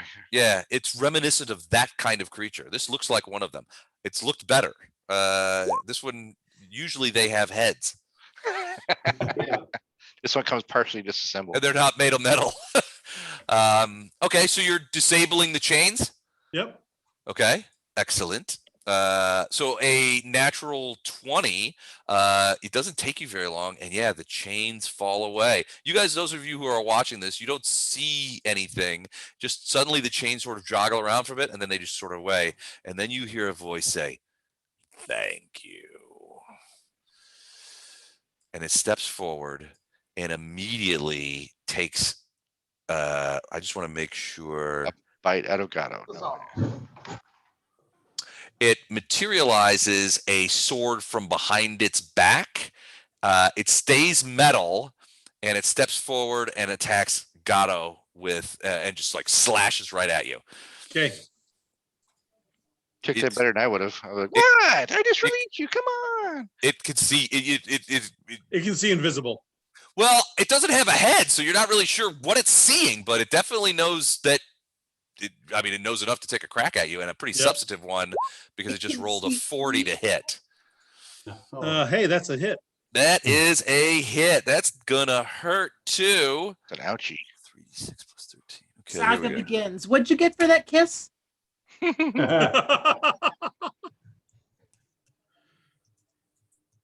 Untold power and riches. Ooh, 29 points of damage. Is this Really untold, because I haven't heard anything about it yet. as this great sword comes whipping around and clashes right into you, bang! And you see this creature come rocking out of there. Let's roll for initiative again. Oh no. Thought we were doing a good thing here. We were. It's Gato. Gato's ruining it. Fletcher said, Effing up Gato, it everybody, wants to be Gato. released. If you tell Gato that, he's going to release it. Guys, I don't know. I cannot control Farina's icon. I can't do anything with it. It's wait. gotta be. I can move. I can actually get to my initiative, but I cannot move her or Try out of closing the browser. Yeah, try refreshing your browser. It's gotta be on your end because I've- all of the signals are okay. Doubled my initiative. Nice. Flashlight, what did you roll? 4. Oh, nice. A gentleman's 4. It's double last time. Gato, that's 27 that you got? Yes. Okay. Do we get pluses for being hasted? You To get 30 initiative? feet added to your movement if you're hasted. But not to initiative. Not to hit or initiative. Not to initiative. Okay, thanks. All right. Am I missing anybody? Farina's in the Fletcher? hot water. Oh, wait. Hey, Don, how long did you say it took you to press or push Farina over? 3 Like rounds total. 2 or 3 rounds, yeah. So 3 rounds, and then how long to get down there and unlock that? Ooh, haste is gone. What No happened to haste. haste? Well, it shouldn't maybe be. not. It should Haste. be. One Haste round is to get 11 down there, 1 round to rounds. release it. So that's 6 rounds. So 6 plus the one we had, so we're on round 7 already of haste. So haste only has 4 more rounds. 4 more rounds of haste. Yep. And prayer the same way. Yep. Right. Yeah. 4 rounds. So We got this. I learned how to do this so that we can keep track of stuff. I really like it. We showed Steve. Did Steve show you? Steve showed me, yeah. Yeah. Hold on, let me add this in. All right, sort and go. All right, hold on. Okay, Gato, first through the benefit of evil. Hey, All right, you're scooting out of the way there. All I right, double gotcha. moved. And as I went by Lothar, I said, he's all yours. All right, Bardos. So you're not sure what this thing is. It looks like a planetar, but it just took a swipe at something with a huge sword that it had hidden, and is now stepping out from behind this runestone that it was chained to. And I'm just going to cast Keen on Fletcher's weapon. Okay. How long does that last? 110 minutes. 10 minutes. All right. So flash art, yours is still keen, 110 too. minutes. 10 minutes per level. Gotcha. All right. So flash art, you and Fletcher are both keened for the next hour and a half or so. All right. You're going to move it all? Bardos? Nope. Lothar. No, I'm good. Fletcher, you're up next. Very So- curious. So I see this thing. It looks like a planetar without a head. Yep. Is there a religion check or something that I can make that would give me any sort of insight into what's going on with this thing? Sure. Sure. 26. Well, you've never seen anything like this, but you've heard that sometimes sometimes planetars, solars, and those angelic beings can be corrupted. They have different names. Sometimes they're the corrupted one. They take on, they lose their true names and they take on these monikers like the defiled one, the corrupted one, that kind of stuff. Usually they are corrupt in some way. Now, you've heard stories of these creatures. You've never seen one, and you're not sure that this is one because in the stories that you've heard, they all have heads. So you're not sure exactly how this one is managing to do anything, and why it's metallic, but it could be something like that. Okay, so it's possibly a planetar or solar that has been cursed. Mm-hmm. Cursed or corrupted or So do in I some think, way changed. Do I think that if we find its head, it would go back to what it was? No idea. Okay. Well, at that point, that's all of my contemplation. Okay. I'm going to cast Heal on Fletcher. Okay. Done.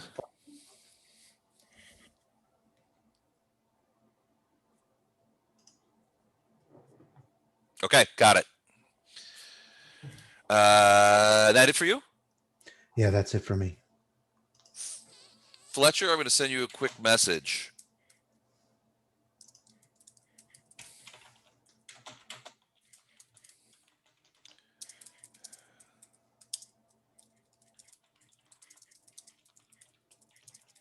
Hey, Fletcher, I'm not going to send you a quick message. Okay. Giving you an FYI there.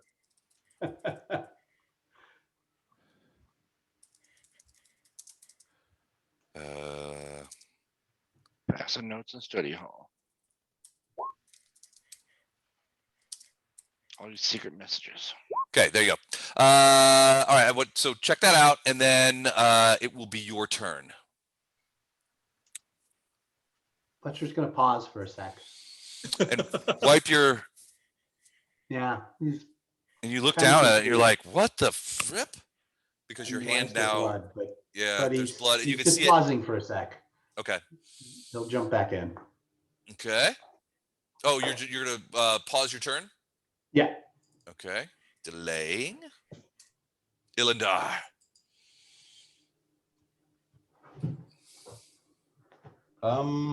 You're still on storm, right? Yeah. Okay. Right now we're both in the same turn. So all of a sudden I hear a commotion and didn't see but heard Gatto run past us. Yeah. Yes, you heard the unmistakable whoop whoop whoop whoop whoop.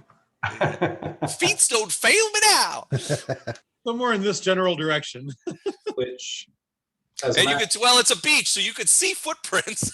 Oh yeah, yeah. Sort of like scooting across.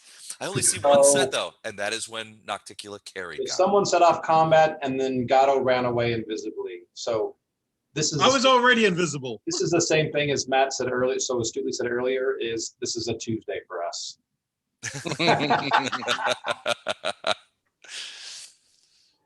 Oh my gosh. Okay. Ilandar's going to jump off. Okay. Good luck, Storm. What was that? What are those guys' names? Another fine mess you've gotten us into, Gatto. Stan and Ollie. Yeah. Laurel and Harley, Stan and Ollie, yeah. Good night, Gatto. Good night, Nocticula. Fletcher told me. I said she wanted to be released. I didn't say to release her. Okay. All right, it's got reach, so it will get an attack of opportunity. Okay, then it gets it because around behind. Actually, that's a big pillar right there, right? Yeah. So no one can get on that side of it? Nope.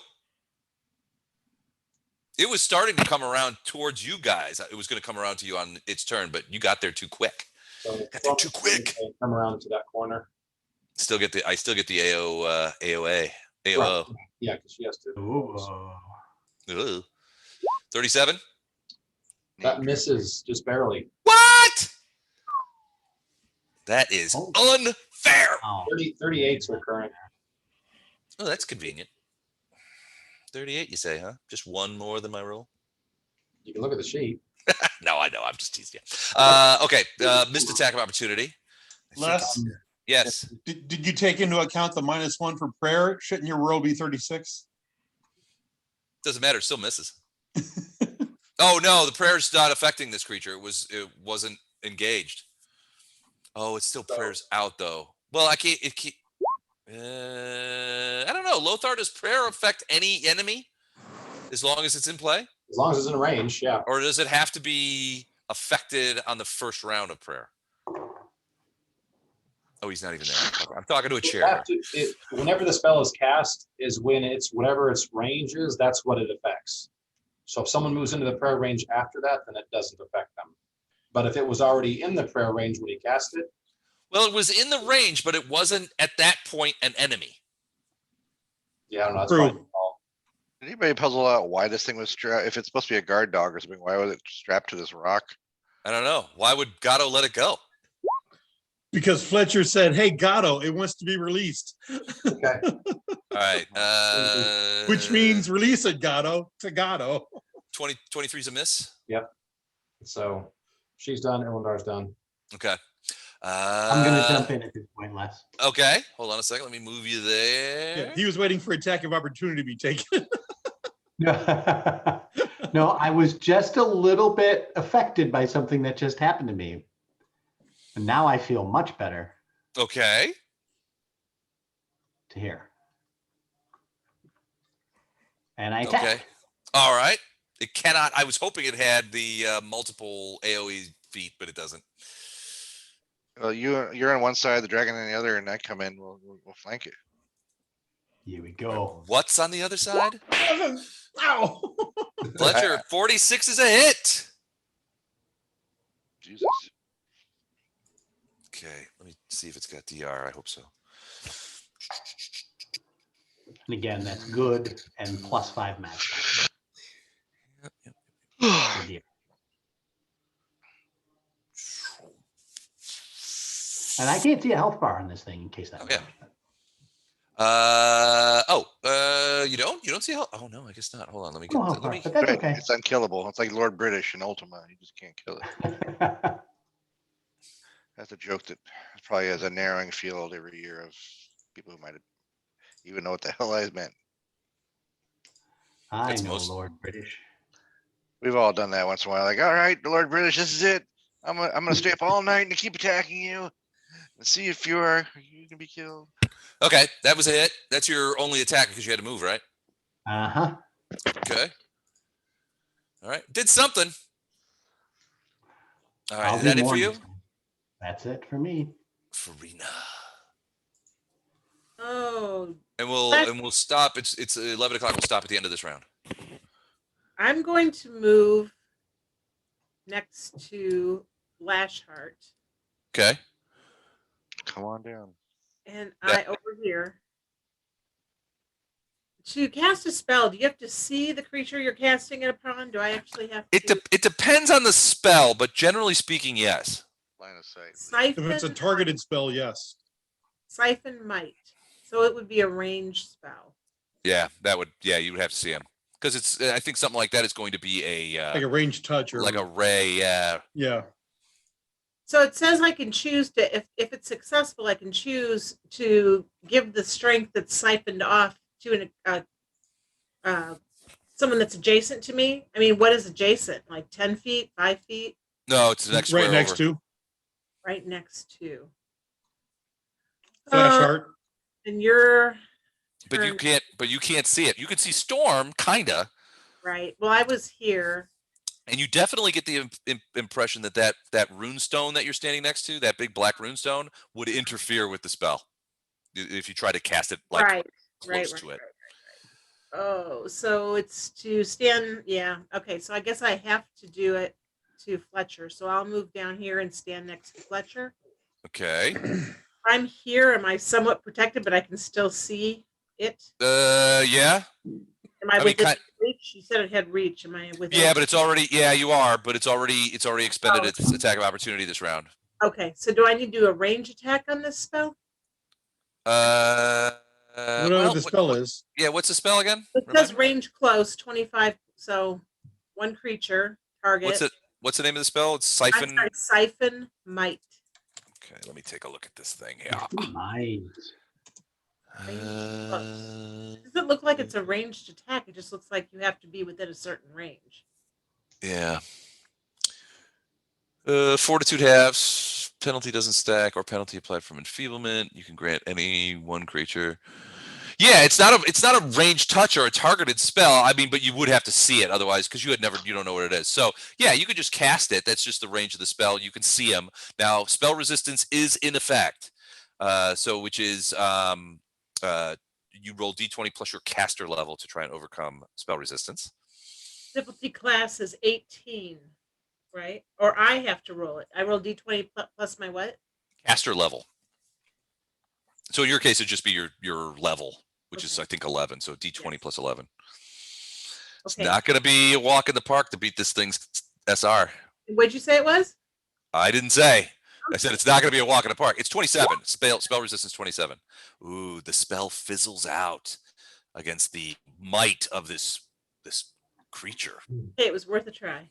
It was worth a try. It attacks. It is going to attack Storm. It's going to do a full attack with its greatsword. Critical focus. So we're going to do that. All right. First attack on Storm. 31. Not great. Second attack is going to, hold on, I gotta change the thingamabobbles here. Jesus Christ. And nothing even close to get my crits. This stinks. All my creatures are so great on paper, and then they attack Storm and nothing. 21. No hits. This sucks. To be honest, several party members you wouldn't have hit with those rolls, not just Storm. Yeah, no, these rolls do suck, and there's no crits. 2 6s and a 12. That's a piece of change. They all would have hit Fletcher if that makes you feel any better. Not a 21 wouldn't hit you. Yeah, because he's Really? Yes, it would. All right. Well, I might be switching targets next round. All right, Flashheart, you're up. The bottom of the order. What are you going to do? Now, you can't see the creature, but you did see Farina, who was standing next to you, sort of run around there. And she's up to. How big is this rock? It's big. It's like 30 feet across. It's 18 feet tall. It looks like it's a little bit like those moas that you see on Easter Island, because you can tell that there's a fair amount, that the best part of this rock is buried in the sand. Oh, let me ask you this. Is it very scalable? Like I can easily run up? Well, it's covered with glowy, weird runes that make it hard to look directly at. I think, I mean, you could, sure. If you want. My question is, if I could run over the top since I'm hasted and do a single attack like Rain of Fire style, or just come down on it, or I got to run around to one side or the other. I think, well, you'd have to make a climb check and then to get to the top of it, and it's 18 feet up, so that would be a full movement action, even if you succeeded your climb So you check. still would only get one attack. Yeah. Don't bother. Yeah. Just go around. I'll go around. Go round. I'm gonna come around Storm side here to here. Can I do that? Sure, but you can't. You're sort of in the thing there, so. Down one more. Yeah, but do one more down, so you're not standing in the thing. Yeah, that's perfect. All right. Smite evil. Okay. I like how you said that. Yes, he's fallen into my trap. He's fallen into the trap. I think 30 is a miss. Jesus Christ. You got any bonuses? Other bonuses on that thing? Let's see. I don't think I've done the prayer. If there's a bonus for prayer. Prayer does give you a bonus, doesn't it? On attack rolls. +1. 32, 31. Anything else? Haste? Or we're not hasted. No, you're hasted. We're still hasted for 2 more or 3 more rounds or something. Yeah. I didn't factor in the haste. Does haste give you an attack bonus? Attack bonus, yep. Oh, all right. Well, what's the attack bonus? +1? +1. So it'd be a 32 at hit. 32. Armor class 32. That's a hit. Yay! All right. Second attack, since I'm hasted. Oh yeah, that's true. No, that's gonna miss. Even with squeezing out a bunch of bonuses from me. Yes. What? With haste, you only get the extra attack if it's a full round action. Oh, that's right. Yeah, never mind. Right. So That's just right. one attack. Just a one attack. All right. And as Radiance bites into it, you hear it go, Paladin. Yes. I'm here. 41 points. I'm here now. Is he flanked too? Did we take that effect? That's an LDR. It's flanked, yeah. That might help other people on their hits. Okay. All right. It messes up. You hear the thing go, Paladin, you will die. And we then go into round 2. Flashheart leans in and go, stand in line. And since we're after 11, we'll go ahead and stop it there. As soon as I get these changes done. Awesome tonight. Thank you guys. This was fun. I've been waiting on that Nocticula meeting for a while too. So very cool. I mean, just from my perspective, it went as good as it could possibly go. I put a fair amount of effort into that, finding those images and kind of creeping guys out. That was good. I liked it. It was good. Yeah. All right. I could hear White Snake the entire time I was looking at mine. Can Gordon and Chuck Awesome. stay on for a bit? Yeah. So who stay on for a bit? Gordon and Chuck. And Don, can you hang out for a little bit, or Yep. do you want to or you just want me to send you a link after we get done with these guys? So I'll stay on. Okay. And Matt and Dan, No, you you can, won't. Matt and Dan, you can Matt, piss off. Matt and Dan, can you stay on? We'll just do another round. Why not? Hey, everybody's on. I thought you were going to say, Matt and Dan, you could piss right off. Right. All right, guys. F Have a off, good night. both of you. All right. Okay, Mike, see you I guys. dropped off. Go ahead and talk. Night, guys. Yeah, see that. All right. Stop All the right. recording.